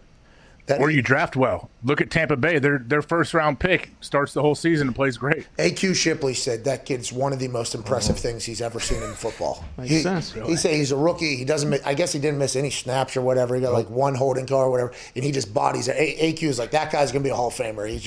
It's unbelievable to see. Because he's so young, I think, and he's just like an old-school dude who's just like, some of those people movers, which is what offensive linemen are just incredibly talented at moving people. And then some people are good at getting in the way, and then some people are good at, utilizing weight and leverage and everything. There's different styles, but I do believe there is quite a vast difference between good and great at that position. I think there is quite a disparity between those two, and maybe some teams are going to find that out if they let go of some of these offensive linemen. And that hold on Tristan Wirfs was against Khalil Mack, so you got to give him a little bit of a break there. That was his first time. Holy fuck. All right, that ain't happening again. All right, here we go. And it didn't. The rest of the season. Clean sweep. And now Khalil Mack's potentially out of Chicago. We got to get to a break. Where's Russ going? He's on a plane. Yep. With a baby. Better be strapped in, huh? We fucking keep our arms and hands inside the vehicle. All team 3 on We need there? a flight tracker. People do that, by the way. Oh, yeah. People just wait for us to land at places. It is uncomfortable. Hey, Pat, can I get an autograph? Oh, my God. How'd you know? There he is! How'd you know? Flight tracker. What, dude? Yeah, we just tracked your flight. I'm like, How'd they know what flight or what the tail number was of the plane you were taking? so I guess they also, you can just look at the airport that you're potentially flying out of, and then they have like the tracking, like, oh, this one's heading to this city, this one's heading to this city. It's a nightmare, to be honest. Like when Pat says, I'm leaving after the show to go to WWE, people just look for flights from India. Indianapolis to Orlando. How many flights are going there? Gotcha. So the key, if you don't want that to happen, just don't announce where you're going. Okay, I've done that before, and I'll tell you what, we ran into 5-6 people in the middle of like Lubbock, Texas or something. Like, it was unbelievable. How did you know? That one day we flew from Indy to Columbus, and then from Columbus to Chicago, and there were people in Chicago. I'm like, that's impossible. How did you know this is where... This exact airport is where we were going to go, because there's a bunch of those little warehouses that you fly into. It's wild. I always sign for him, though. I mean, that will stop. And it's always uncomfortable. But I'm always just like, well, more power to you. Come on, Pat. My kid's been up 18 hours waiting for you to sign this. Yeah, and you're a terrible dad, but I will. I said that one time. Guy had a fucking garbage bag with 100 things in it. He was dragging it. Then he had his son, who was very small, carrying a backpack of stuff. Jeez. And I was like, what? This is not how the world works. That's what I told him. Like, this is not, hey kid, this is not how the world works. You don't just show up somewhere and say, can you sign 275 things so I can sell them on the internet? Like, Please. That is just not how this works, dude. Like, I'll sign. Yeah, they put their kids to work. There's other kids that aren't affiliated with the older guys that they put to work. It's crazy how it happens. Oh yeah, like at training camp, they'll have fans there or whatever, and then the autograph signings at the end, and there'll be some little girl that comes up and is like, "Hi, will you sign these 15 pieces?" I'm like, "Who told you? Who?"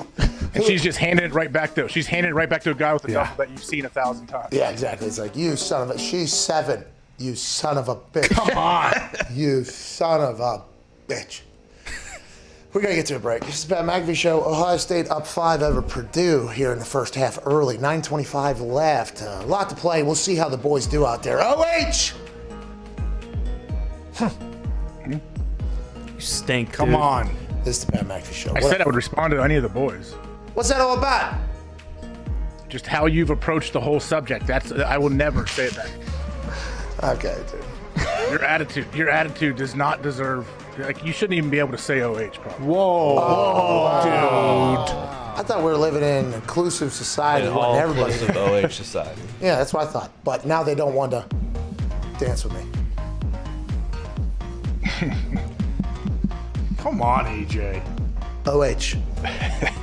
Come on. What do you say? Let's go, and then you say Mountaineers. It was Neil Brown's birthday the other day. Happy birthday. Happy birthday, Neil. Happy birthday, Neil. He's coach of West Virginia.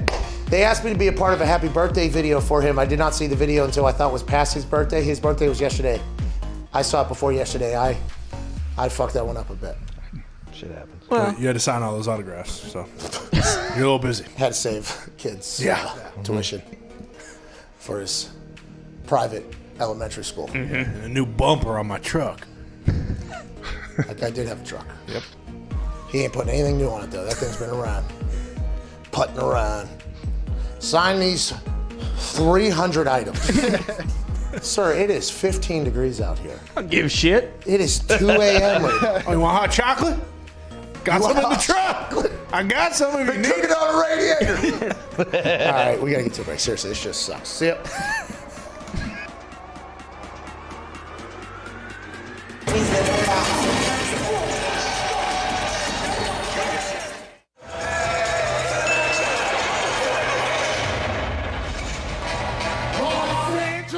Lakers, welcome to the Blender, the home of a team and a fan base on a playoff push the likes the world has never seen before. Crescent City, get on your feet for tonight's starting lineups, brought to you by Sprite, an incredibly refreshing drink. Starting at forward was the number 2 overall pick in the 2016 NBA draft. Now he's an NBA All-Star, Brandon Ingram. At forward, this man has been dunking on little white kids on the internet for 10 years. The incomparable, unstoppable, 6'6" phenom, Zion Williamson. At center, standing at 8 feet tall, from Georgia Tech, number 22, Derek Favors.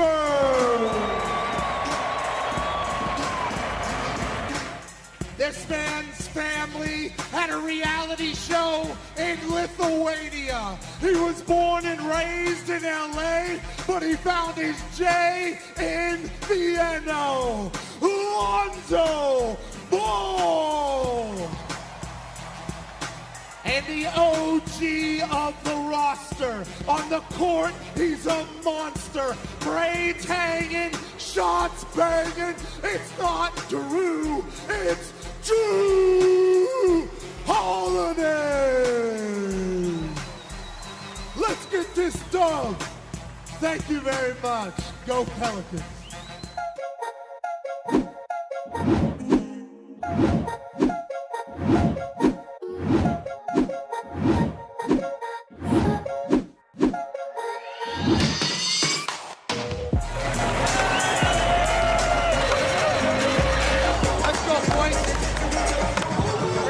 Tired of me right now. That's how you play basketball.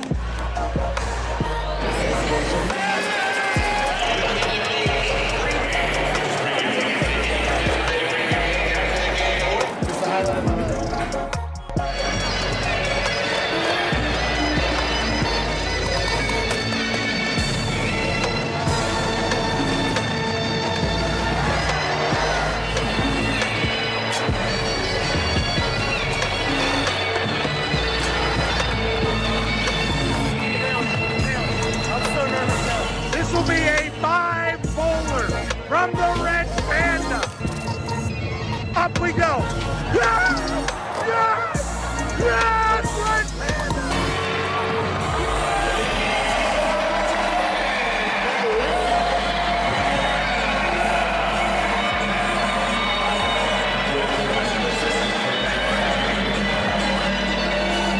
What a legendary moment.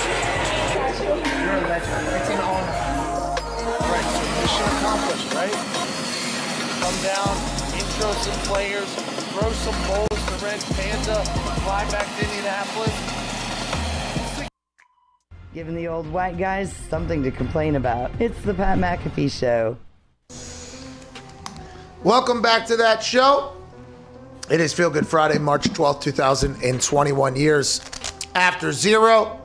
Joined alongside AJ Hawk here. Today's show is brought to you by CBDMD, which is a CBD company with superior CBD products who have mastered not only lotions and bath salts and anything else you could potentially need or want from your superior CBD products, but also a sleep aid that puts you out like a light.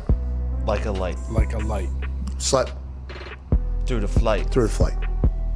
And that's CBDPM. Go to CBDMD.com right now and use promo code McAfee and save 25% on your superior CBD products with our friends at CBDMD. Their CBDPM sleep aid is unbelievable. Yeah. The best. Top shelf. It's very good. Puts me out. Last night, by the way, we're getting a new bed. Ooh. Yeah, we're getting a new bed. Nice. Yeah, it's coming in like 74 days. Mattress, a whole thing, nice. frame. 6 to 8 months. Yeah, 6 to 8 months. Here we go. I mean, you heard Buddha. I ordered a couch in November. Still not here. Yeah, logistics right now is potentially in some trouble with the state of the world. But from what I've been told, 4th of July, logistics will be able to gather in a small group. Yeah. Celebrate independence. AJ, how you doing, pal? I'm doing great. It's tough to not have reaction every time the camera cuts to Diggs. What do you mean? I know. We've kind of just like he's got to be. Are you warm? Like you can't be comfortable. It's actually very breathable. I don't know if that's a good thing. He's outrageous. And it did almost get to a point where we were just okay with it. Like we just look at him and like, oh yeah, that's Diggs now. But we should let it be known that we understand this is a rather large sports show. And one of the people on it who is normally a part of the breaking news part of our show is in a full fucking beekeeper for the entire show. I'm not sure he's ever taken it off. When are you planning on leaving that beekeeper suit? Probably at least all weekend until the bees die off. So this is. I believe there's a cold front coming in. Okay, so this is like your uniform. Like, are you gonna come back with like maybe a badge or a patch? Like you just won a battle, like some sort of medal on your beekeeper suit? I wasn't thinking about that, but hell yeah. I think you should, pal. No. Oh no. When did you make this?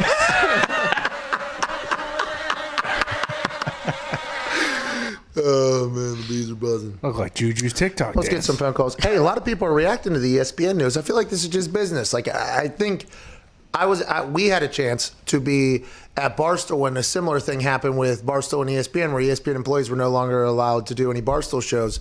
And so this had happened before. I assumed it would happen. Now, granted, I think we do. I don't know, man. I feel like I did a lot for ESPN there for a hilarious amount of cash that they thought was okay to pay me for what I was doing for them. So, like, I feel like we had a great relationship. I like a lot of people over there. I feel like we potentially, I'm not sure Dane Orlovsky is viewed in the same manner he was before he started coming on this show or anything like that. But we kind of expected this to happen, understand it's business or whatever, and we'll just keep chugging along. And I'll text them, though, ESPN. I will text my friends. Gotcha. Know that's going to happen. I just want to know, like, what would happen if you FaceTimed one of them during the show and it just happened to be on the show, like you do with Ariel on your phone. Let's test it out. Here we go. You think he got the memo? Well, that's what we don't know. Dan just put out a nice GIF that he says he misses you already. Dan knows. Dan knows the deal. Hey, listen, Dane Orlovsky knows. He gets it. You're not allowed to be on here. You're not allowed to be on here. Why'd you answer? Oh, are we on air? Yes! I set you up. That's on me. I apologize. So you did answer. So we kind of, and then immediately stopped talking when he found out that he was on the air. So that's officially the last ESPN appearance right there. Okay. All right. There we go. That was a good one. Thank you, Hilwani. Thank you, Ariel. We set him up for massive failure there, and I like him, but hey, charges the game, baby. It's business, baby. Gotcha. He just texted me 2 times. He's probably not thrilled with what just happened there. What are you doing? You just got me fired. He said, not cool. Come on, why are you doing that? I'm so sorry. I'm so sorry. I didn't think you would answer. All right, let's do Dane now, too. All right, let's go. Do it. Let's go to James and Tech. That was kind of fucked up, I guess, huh? You kind of wanted me to do that, though. No, I didn't. You mean, pushed come him on to now. do it, AJ. Ariel can't get in any kind of trouble for that happening. Well, maybe. Yeah, well, not If he does, it's cool. absolutely ridiculous. so you'll pay his year's salary next year if he does. Zero not- chance. he said- He's not getting any trouble. He said there is 0 winning for what you just did to me. Now I either look like a wuss or I defied the rules. You fucked me over here, basically, is what he said. Oh, he found a situation he couldn't weasel his way out of, huh? Oh, geez, thanks, bud. Oh, yeah, well. Does he know you're reading his text live on air, too? Oh, well, you're right. I don't know if he knows Are that. you allowed to read their words yeah. on there? No. Oh, yeah. I'm Can't quoting you now. I'll stop. The show now.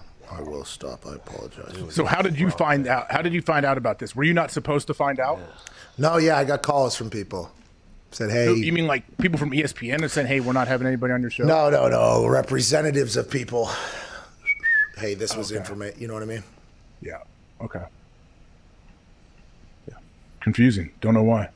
It's business related. I knew I do feel Why? bad. Because about it. Ariel wasn't. He's not going to get in trouble for that. Plus, Ariel, come on. Well, it was AJ's fault. It wasn't your fault, so. You're right. It was AJ, and clearly we have video evidence of that. Yes.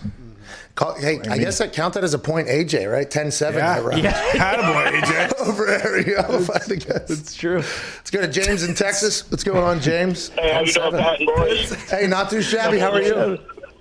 Doing good, man. Hey, I had a quick theory about Jack Easterby, man.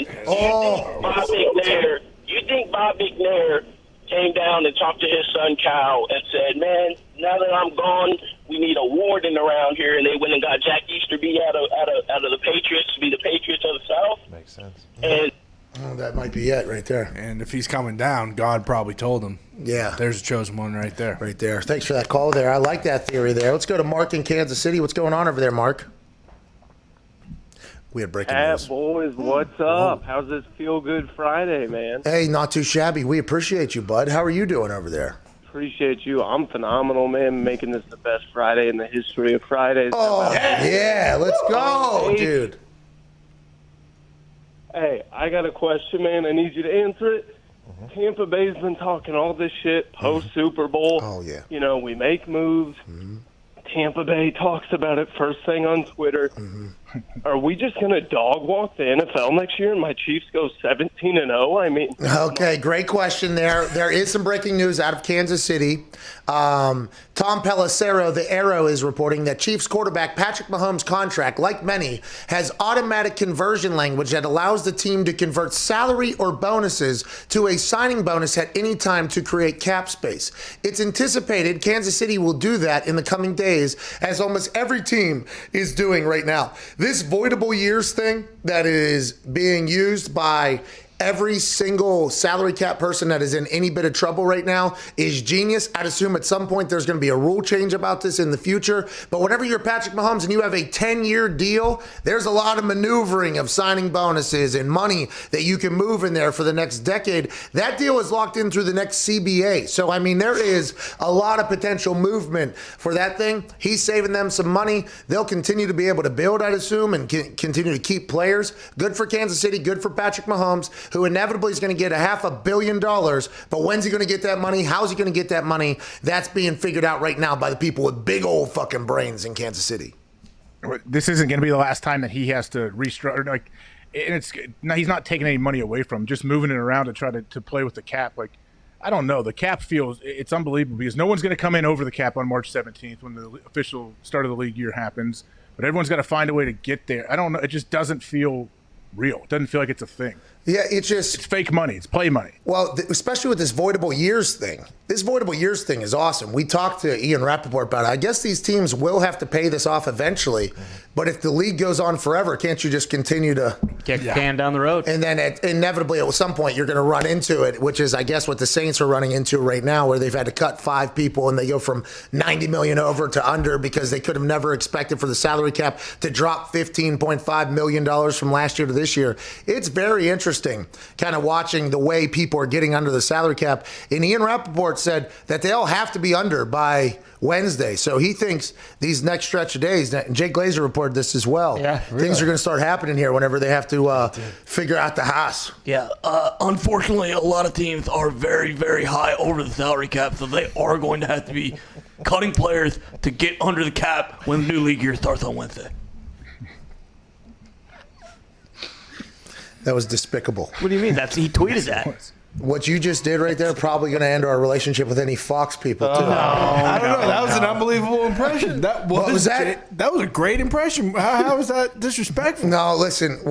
There was a couple little additives, I believe. Like what? There was just a couple things you slipped in there to add that thing to maybe emphasize some things that you have noticed about our friend Jay Glazer with the 3-piece suit on it, and it felt like you were really hammering those home, is what I'm saying. No, yeah, he tweeted that verbatim. What did he say?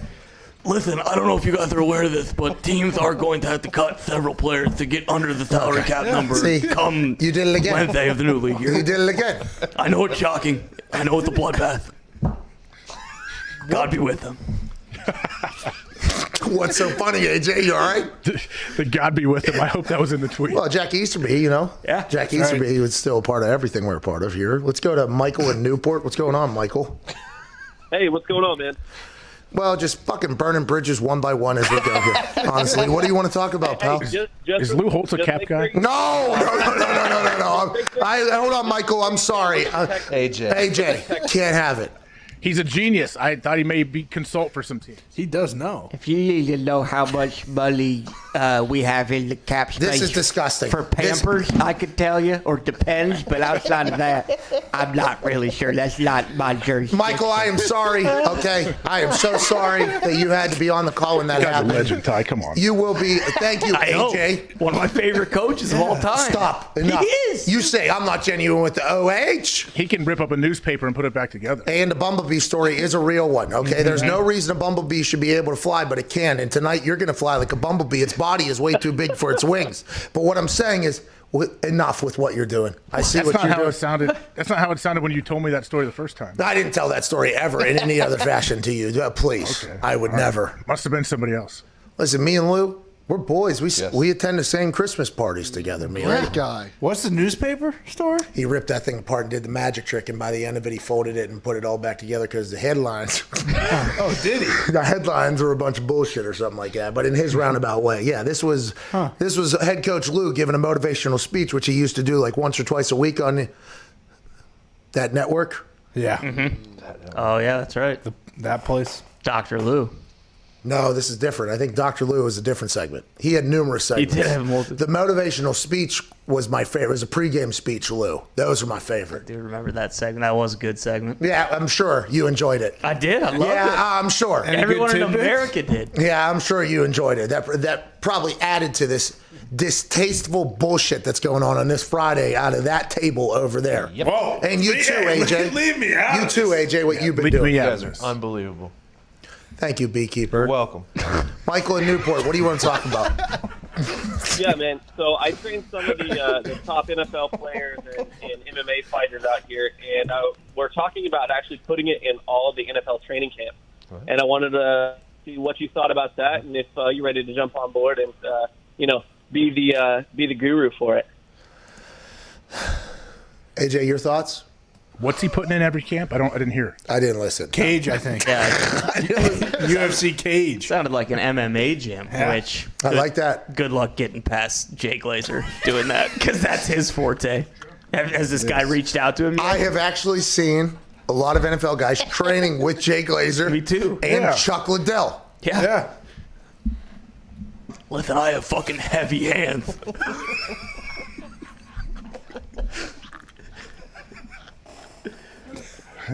Lightning in your fist, what'd you say? And thunder. What? What's wrong, Pat? Jay Glazer's a good guy. Okay, I know. Everything that is being said about Jay Glazer in here right now is bullshit. Whoa. The opinions and impressions of the toxic table that have been called upon them by an Ohioan, okay, it's AJ's do not fault. reflect I mean, that of the employer or their peers. I've done nothing wrong. I do not know why I'd be even. included. Let's go to Dustin in Canada. Save us, Canada. What's going on? Hey, how are you, Pat, boys? How are we? Not too shabby. Might as well just mock all of sports at this point with what we're doing here. Jesus. Dustin, what do you want to talk about, pal? About Mel Kiper. It's actually Dylan, but it's okay. I'm just happy to be on the show. We're great. Hey, we're pumped to have you on, Dustin, and maybe pivot us away from something that is incredibly disrespectful. What do you want to talk about, old Dusty? Hey, I just want to talk about how you guys don't give Austin Matthews enough credit. Like, did anybody see the goal he scored last night? Oh, it's filthy, wasn't it? Hey, he scored a hell of a goal there, Austin Matthews. Oh, yeah. Had a hell of a celebration there on the way after as well. I did see the Toronto Maple Leafs put out a collab with the Beebs. His Hold On song, they made a highlight video to and said, I thought the Beebs maybe made a Maple Leaf song. It was not the case. It was his song he just released just with Maple Leafs highlights. Okay. Yeah. So he should do one, though. I guess he's a big Maple Leafs fan. Huge. He's not a Canadiens fan. Well, I think he and Kings. Oh, yeah. Oh, he's got a couple teams. Well, he's Justin fucking Bieber. He's got an LA team, and then where he's from. Yeah. Very fair. There's two towns. East and West Conference, totally different. Hold on. What's his song? Hold on. Hold on. Hold on. We need to hold on. And then they got that goal scoring on that video. Goal.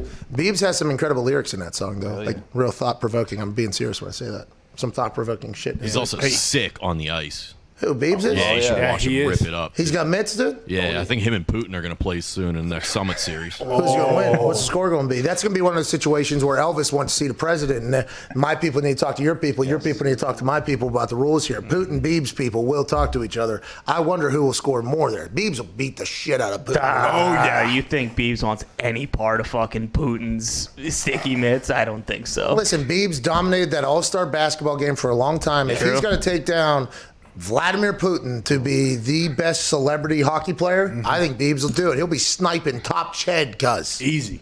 I think James Kong will be there. I think James isn't a big hockey guy, but he is in the basketball game, and the hoop that he shoots at seems to be larger than the other side of the court. But you got to play the game as it lies, dude. Isn't he getting ready for the James Kong Pro-Am Celebrity Tour? I do believe Jimmy Kong's Celebrity Pro-Am Tour is happening because he does have the documented best score in the history of 18 holes of golf. That's right. James Kong Un, the first He shot an 18 in a full round of golf over there. It's going to be tough to beat him there. Well, I don't think Biebs is trying the golf thing. I don't think Biebs, but Biebs could get Putin in hockey. I bet you he can swing a stick. Biebs, if he wants to, if he needs to go take on James over there, I mean, he will do that next. But right now, it's hockey time, pal. Ohio State's up 14. Let's go. AJ, as we head into this weekend here. OH, Pat. I know that we have a lot of things to talk about, next week with the frantic free agency that is upon us. It's not really Massacre week because it goes until the 17th, so it's Massacre. Yeah, well, we're potentially lied to. Legal tampering. Yeah, we got until Wednesday. There's going to be a lot of shit that's going to pop off, and we'll be here to keep up with it every single day. This weekend, have an absolute blast, will you? Linda Cohn, Danny Cannell are next here on SiriusXM Channel 82, Mad Dog Sports Radio. AJ, you have anything to say to these incredible Sirius listeners that rock with us day in and day out via speakers only, not their eyeballs? Yeah, obviously I'm very appreciative of all of their support and everyone that watches and on Sirius, and I'm not appreciative of you trying to bully people into saying things and getting them to dance around like a little clown for you. This is unbelievable. That the man who bullied our show into being disrespectful to two legends in the sports world is now pointing fingers. I'm surprised you're not from New England. That brings the whole show full circle. The legend Linda Cohn only will be next. Have a great weekend. We'll see you on Monday with more bullshit. This has been the Pat McAfee Show. We got out of there. Good timing. What did Mansur get in your ear and say Danny's not on the show or something? Yeah, oh no, I think. Oh no. I'm trying to get Danny Cannell did not get traded or cut. He did not.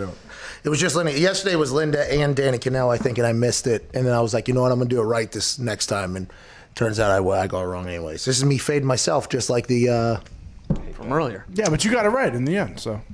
That's right. Yeah, but if you get it right in the end, you got it wrong at some point. Just like every new beginning comes from some other beginnings end, which, by the way, beginnings always find themselves in other ends. I think is a quote from Justin Bieber in that new song. Really? Yeah, it's pretty deep shit. I think he was on some drugs when he wrote. Now he's sober now. Yeah, he's sober. You'd rather finish strong anyways, though. You would rather.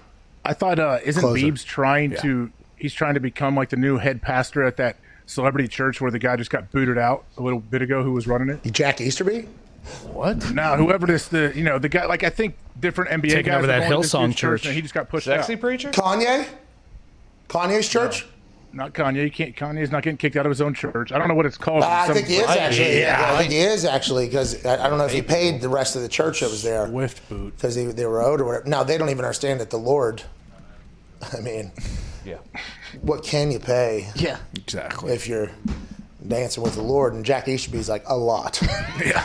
Anyways, he's going to be a preacher man. It looks like he's got a tour coming. I'm seeing him dancing in the mirror with himself on Instagram a lot. It feels like he's potentially prepping for live shows again, maybe. Maybe Biebs hits the road again. That'd be fantastic. Fantastic if Biebs gets back out there. How quick could that be though? Like when's the earliest concert we're going to see? It's going to obviously 40,000 probably be people down there in outdoors Texas. somewhere. 40,000 people down in Texas.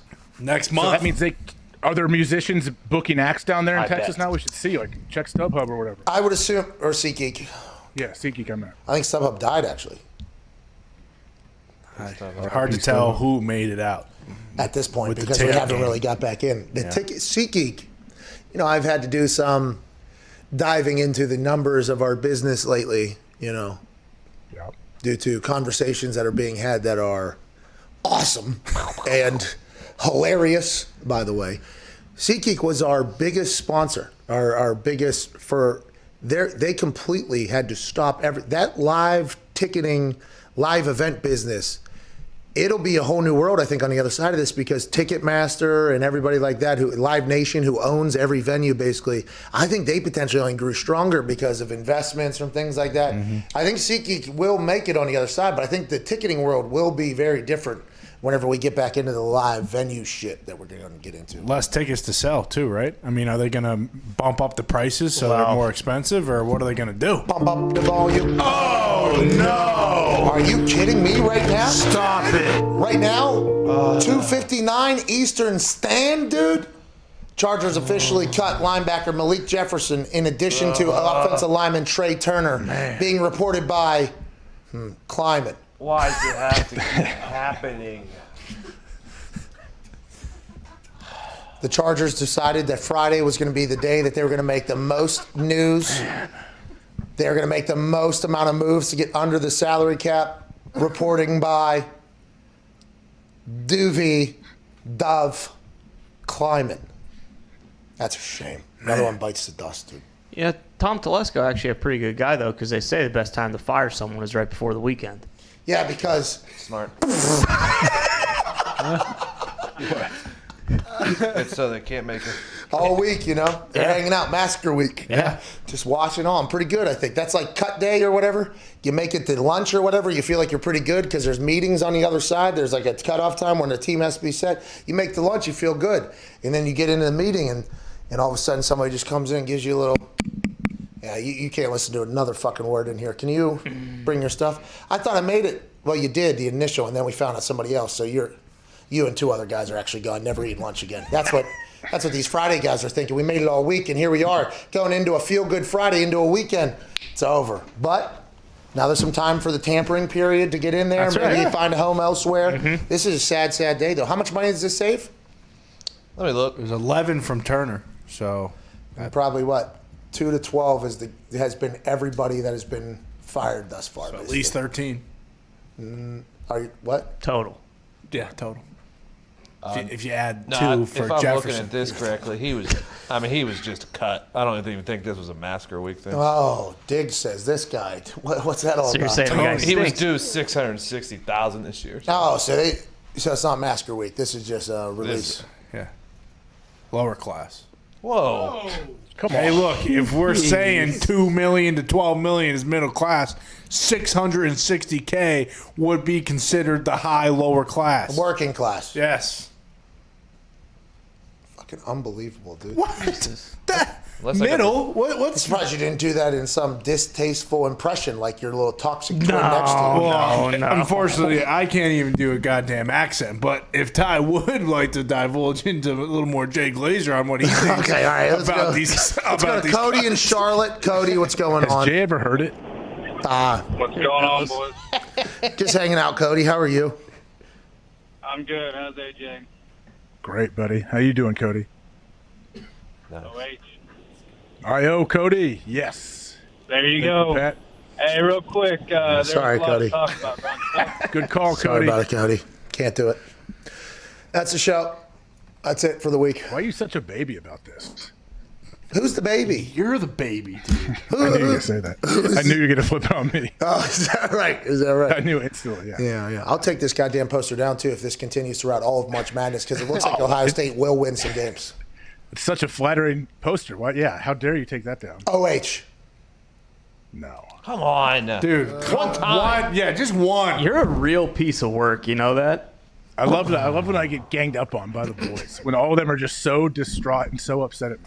Well, that should be like something you should think about. Like, oh, everybody in here thinks you're doing bad things right now. It's been a tough week. I mean, we just need something. It's been a tough year. It's been a tough year, Diggs. It has been a tough year, H.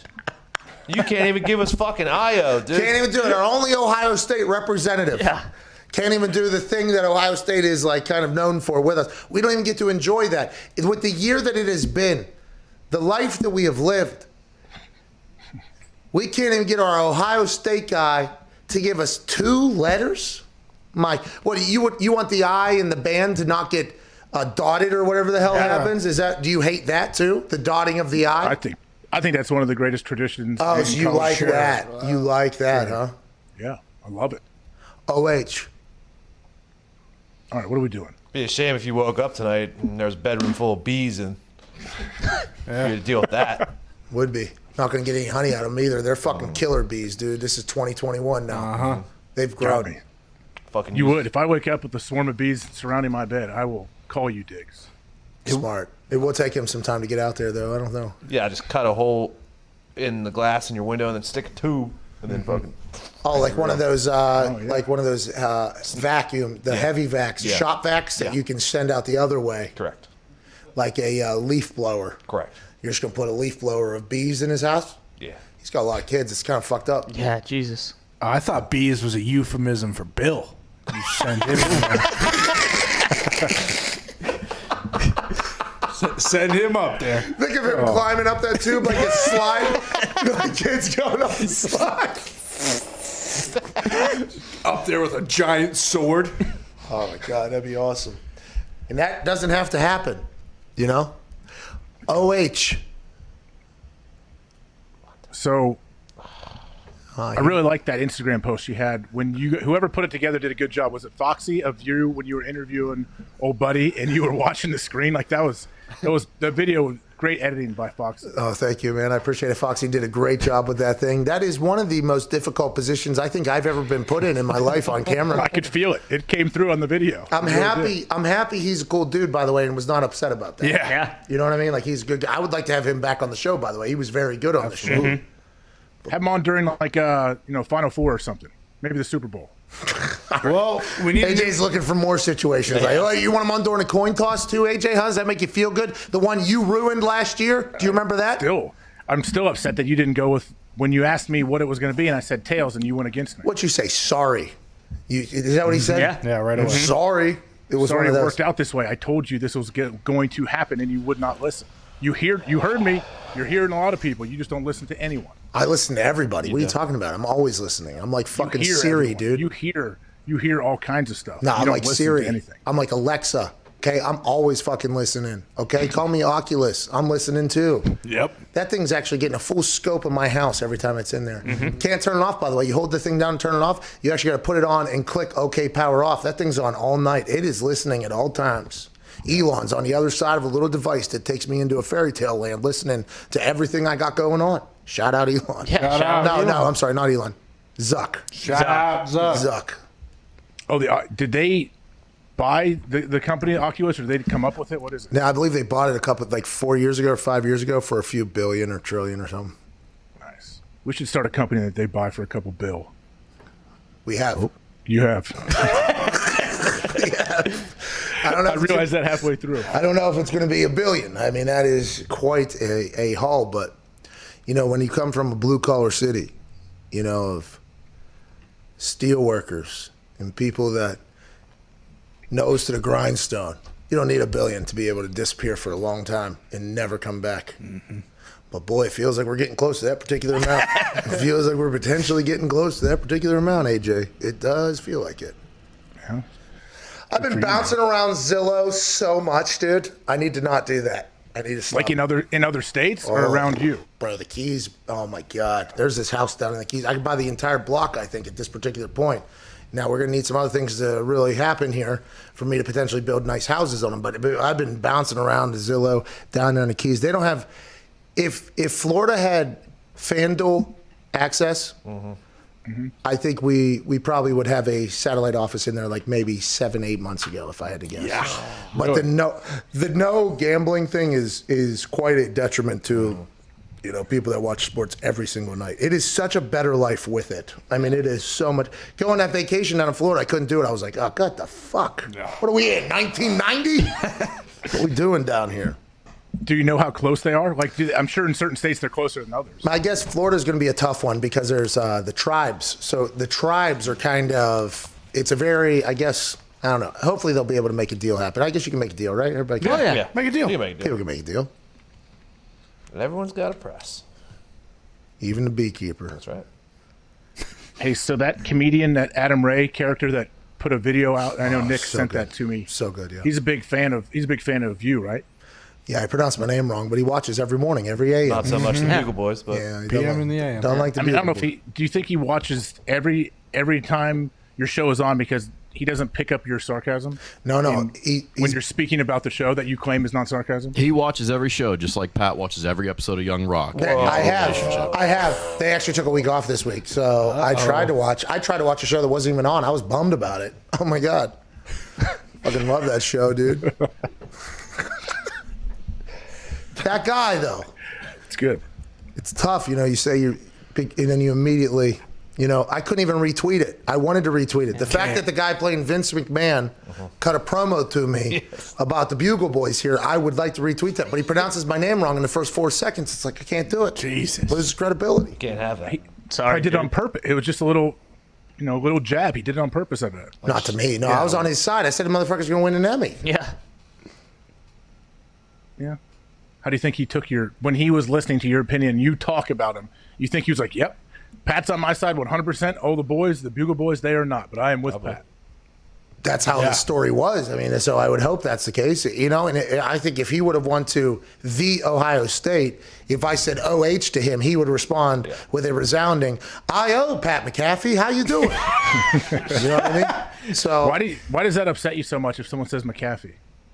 Well, it doesn't upset me. I mean, it kind of does. I mean, just a little fucking research, right? I ain't some slapdick anymore. Okay, I don't shine shoes no more. Know my fucking name. First of all, that's the first thought. You know, then you got to go ahead and put that away. Okay, doesn't know who I am. All right, you got to do that whole thing.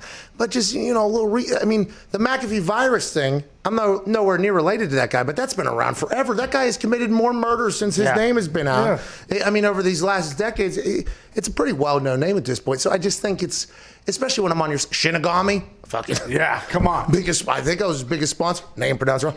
Adam Ray. I'm saying this guy's going to win a goddamn Emmy. Pronounce my name wrong. It's like, all right, we will get past this, but a little bit of a slap in the mouth there early whenever you said my name wrong. You know what I mean, AJ? Yeah, I get it. I think though, the more times I hear people say McAfee or I say it, it almost slips out. Like that's how your name is. Why do you say it? What's that all about? I don't. I don't. I say your name's McAfee. But when I hear McAfee, for some reason, my brain sometimes wants to say that when I hear it. Yeah, McAfee isn't that terrible of a name either, by the way. Just want to let everybody know. But it's not my goddamn name. Nope. Exactly. Okay. I know. How do you feel about Michigan State just selling the naming rights to their goddamn basketball team? Yeah, how does that work? I know that it happened, but so when they're introducing their basketball team, what do they say? Coming to you live from what's the arena, Foxy? Breslin Center. Who?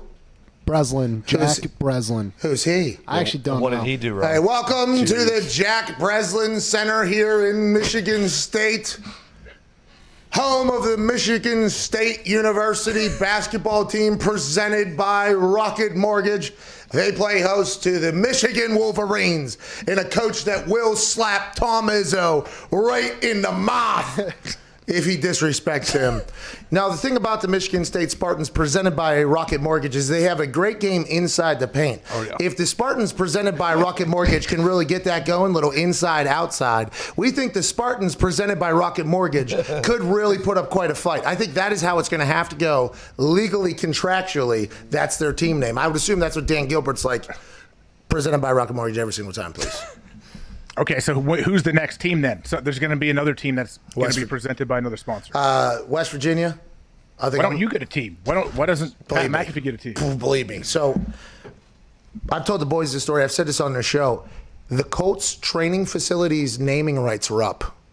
Oh, yeah, you tried to get it, right? Yeah, I tried to get it. Yeah, under like a John Q. Smith or whatever. Like, an email, like I would like to negotiate a deal. Just as like a hilarious troll, you know what I mean? And once I saw the price, I was like, I could take that hit for that much of a pop. I think you'd get a pretty good pop if they had to say, coming to you live from the Pat McAfee training facility here in Indianapolis, the Colts. You know what I mean? I thought it was very hilarious. Obviously, with the anonymity process of the negotiation, it didn't really help out or whatever. But I was going to pull the trigger there. Yeah, this type of thing, definitely something I would do. I mean, this is hilarious. It would be me mocking this. It wouldn't be me being serious. It would be me mocking the situation. But look for this to happen a lot more. They set the standard, set the price. I'd assume this is going to happen to everybody. The Ohio State Buckeyes presented by General Bob Carpenter. And A.J. Hawk. Maybe P.J. Hawk. I can't wait till fucking John Deere's, trotting the Hawks out there. That would be a good day. Oh my God! Said about deer. And the whole place would be like, if it runs like a deer, then her eyes light up. That'd be like the whole. Yep. Coming on to the court out of Iowa, your Hawkeyes presented by John O'Deere. That pop would fucking. It'd register as a seismic earthquake. Luka Garza with the rebound for the Hawkeyes, presented by John Deere. Hey, what if Kubota came in though and they outbid him? Would they take it? Oh, this is going to get Kubota. into... No. What about Husqvarna? No. In Iowa? No. If it ain't fucking running like a deer, we ain't putting it on our goddamn tit. It ain't happening. Well, not just on your tit. It's on your name. It's in your vocabulary. Yeah, I guess it is our name. But no, yeah, we're not going to be playing under Husqvarna's shield. Bro, think about those goddamn Spartans official hoodies. You know what I mean? Are they gonna? Is the Rocket Mortgage thing gonna get like a little mascot? And he or she, the Rocket Mortgage mascot, gonna be high fiving the Spartans? You know, like the merch is gonna be fantastic here. We've really scratched the surface of this entire thing. Good for Tom Izzo. That's why he was crying. That was the last game he was coaching the Spartans. Do you know what I mean? Yep. Not Spartans anymore. Fucking Spartans presented by Rocket Mortgage. Yeah. Today, play like a bunch of Spartans presented by Rocket Mortgage out there. How much do you think they got? Like, what did this cost? It had to be large. I mean, look at what we're doing right now. Yeah. I mean, it's a multi-year deal. I'm sure it's a multi-year thing, but I just want to know, like, is it $5 million a year? Is it that much? Well, I assume every other school is wondering the same exact thing. Like, we weren't allowed to have tickets in either. We didn't have many people. We didn't make any money. What are you guys selling that for? The exact amount you lost? Yeah, we'll fucking let anybody come in. Yeah, that's genius. Respawn wants to jump in again. Hey, it could have been something. Hey, don't you think this is something teams or colleges probably have wanted to do for a while, but it was bad optics, but because of Corona, it allowed them, like, hey, we need to make up for all this loss? Yeah, there's some marketing person or salesperson at all these alumni clubs who's like, their only job is to garner as much cash as possible, and it does not matter how sleazy of a fashion. And some salesperson came in 5-10 years ago, was like, all right, this is what we're doing. The team, we're just going to sell it to somebody else. Can't do that. It's our name, it's our image, it's our likeness, but it is also, I mean, $2 million a year. What do we? Oh, we can't do that. Then that guy, when COVID happens, there's no tickets. He comes fucking skipping back in. He's like, "We selling the team yet? Remember me? Now you remember my idea? Let's sell out everything. Each seat, each jersey, the whole fucking name. Let's get everything we can." It's interesting. All right, Ohio State's up 16. Seems like it's going to cover. That's fucking right. OH. OH. Now that I know that's why you FaceTime me, like, how am I ever going to pick up another FaceTime? I didn't answer your FaceTimes either. Fuck you. I know. And I know you looked at it and you stared at it and you laughed. Like, I'm not answering him either. Well, to be clear, I was on a phone call. It was pretty important when you called back to back to back, by the way. I mean, kind of annoying. Called, once. No. I called you back last night and then I called you back this morning. No, you called me twice last night, back to back. I hit the fuck you button on the middle of a call. I was actually in the middle of a monologue in the middle of this call, and then all of a sudden it starts vibrating. I'm like, hey, whoa. I'm like, whoa. I could OH right now. Pretty important. So I hit the fuck you button. You called back. I'm like, the person speaking right now, I mean, definitely important or whatever, but I could just quickly. Gonna have to put you on hold. Oh, wait. Yeah, give me a second. So I was battling last night. I want to let you know, mentally, my ADD was was popping off. It was a spike, shall we say. I might get it. Oh my god. This is a pretty important convo, but. All right, that's the show. AJ, have a great weekend, will you, pal? Let's give away some shit, huh? What should we give away? We'll give away a chair. Nice. We'll give away $5,000 over the weekend. It might be tough because we are about to give out the I Am Watching PMS cash as well. Okay, so we can't give out cash. We'll give out prizes. Okay, so we'll give out an Oculus. We'll give out a chair. We'll give out some AirPods. We'll give out CBDMD pack. CBDMD package. We'll give away some of those new energy drinks. Why don't you send those away? Well, we are going to keep these. Okay, we don't have any. You spill them all over the table, the desk. But we try to hoard these Celsiuses, by the way. Okay, so we're giving away a chair. Mm-hmm. We're giving away Oculus, AirPods, CBDMD package. Store gift card. Oh yeah, $250 to the store. Nice. What about a TV to watch the games on for March Madness? Okay, a TV for March Madness. Boom. There we go. What size? Pretty good. What's this one? About 42, probably. Above this one, 50 something. 55. 55 inch. Boom. Use the hashtag #IWatchPMS. Take a picture wherever the hell you are over the weekend, doing whatever you're doing. The boys and I will figure out who wins these prizes somehow, some way. You will automatically be entered whenever you use the hashtag #IWatchPMS on Twitter. We appreciate you so much. We'll do more giveaways and we'll be back on Monday. Hopefully it won't be Massacre week still. Yeah, please. Feels like it's probably going to get ugly though Monday, Tuesday. Yeah. Free agents though. And we'll talk about it. AJ, have a great weekend, pal. You too. Legal tampering starts Monday, right? Yep, you're damn right. Negotiating period starts Monday. AJ. All right, let's do it, guys. Have a good weekend. Okay, see you. That's the show. Hey, come on. Come on.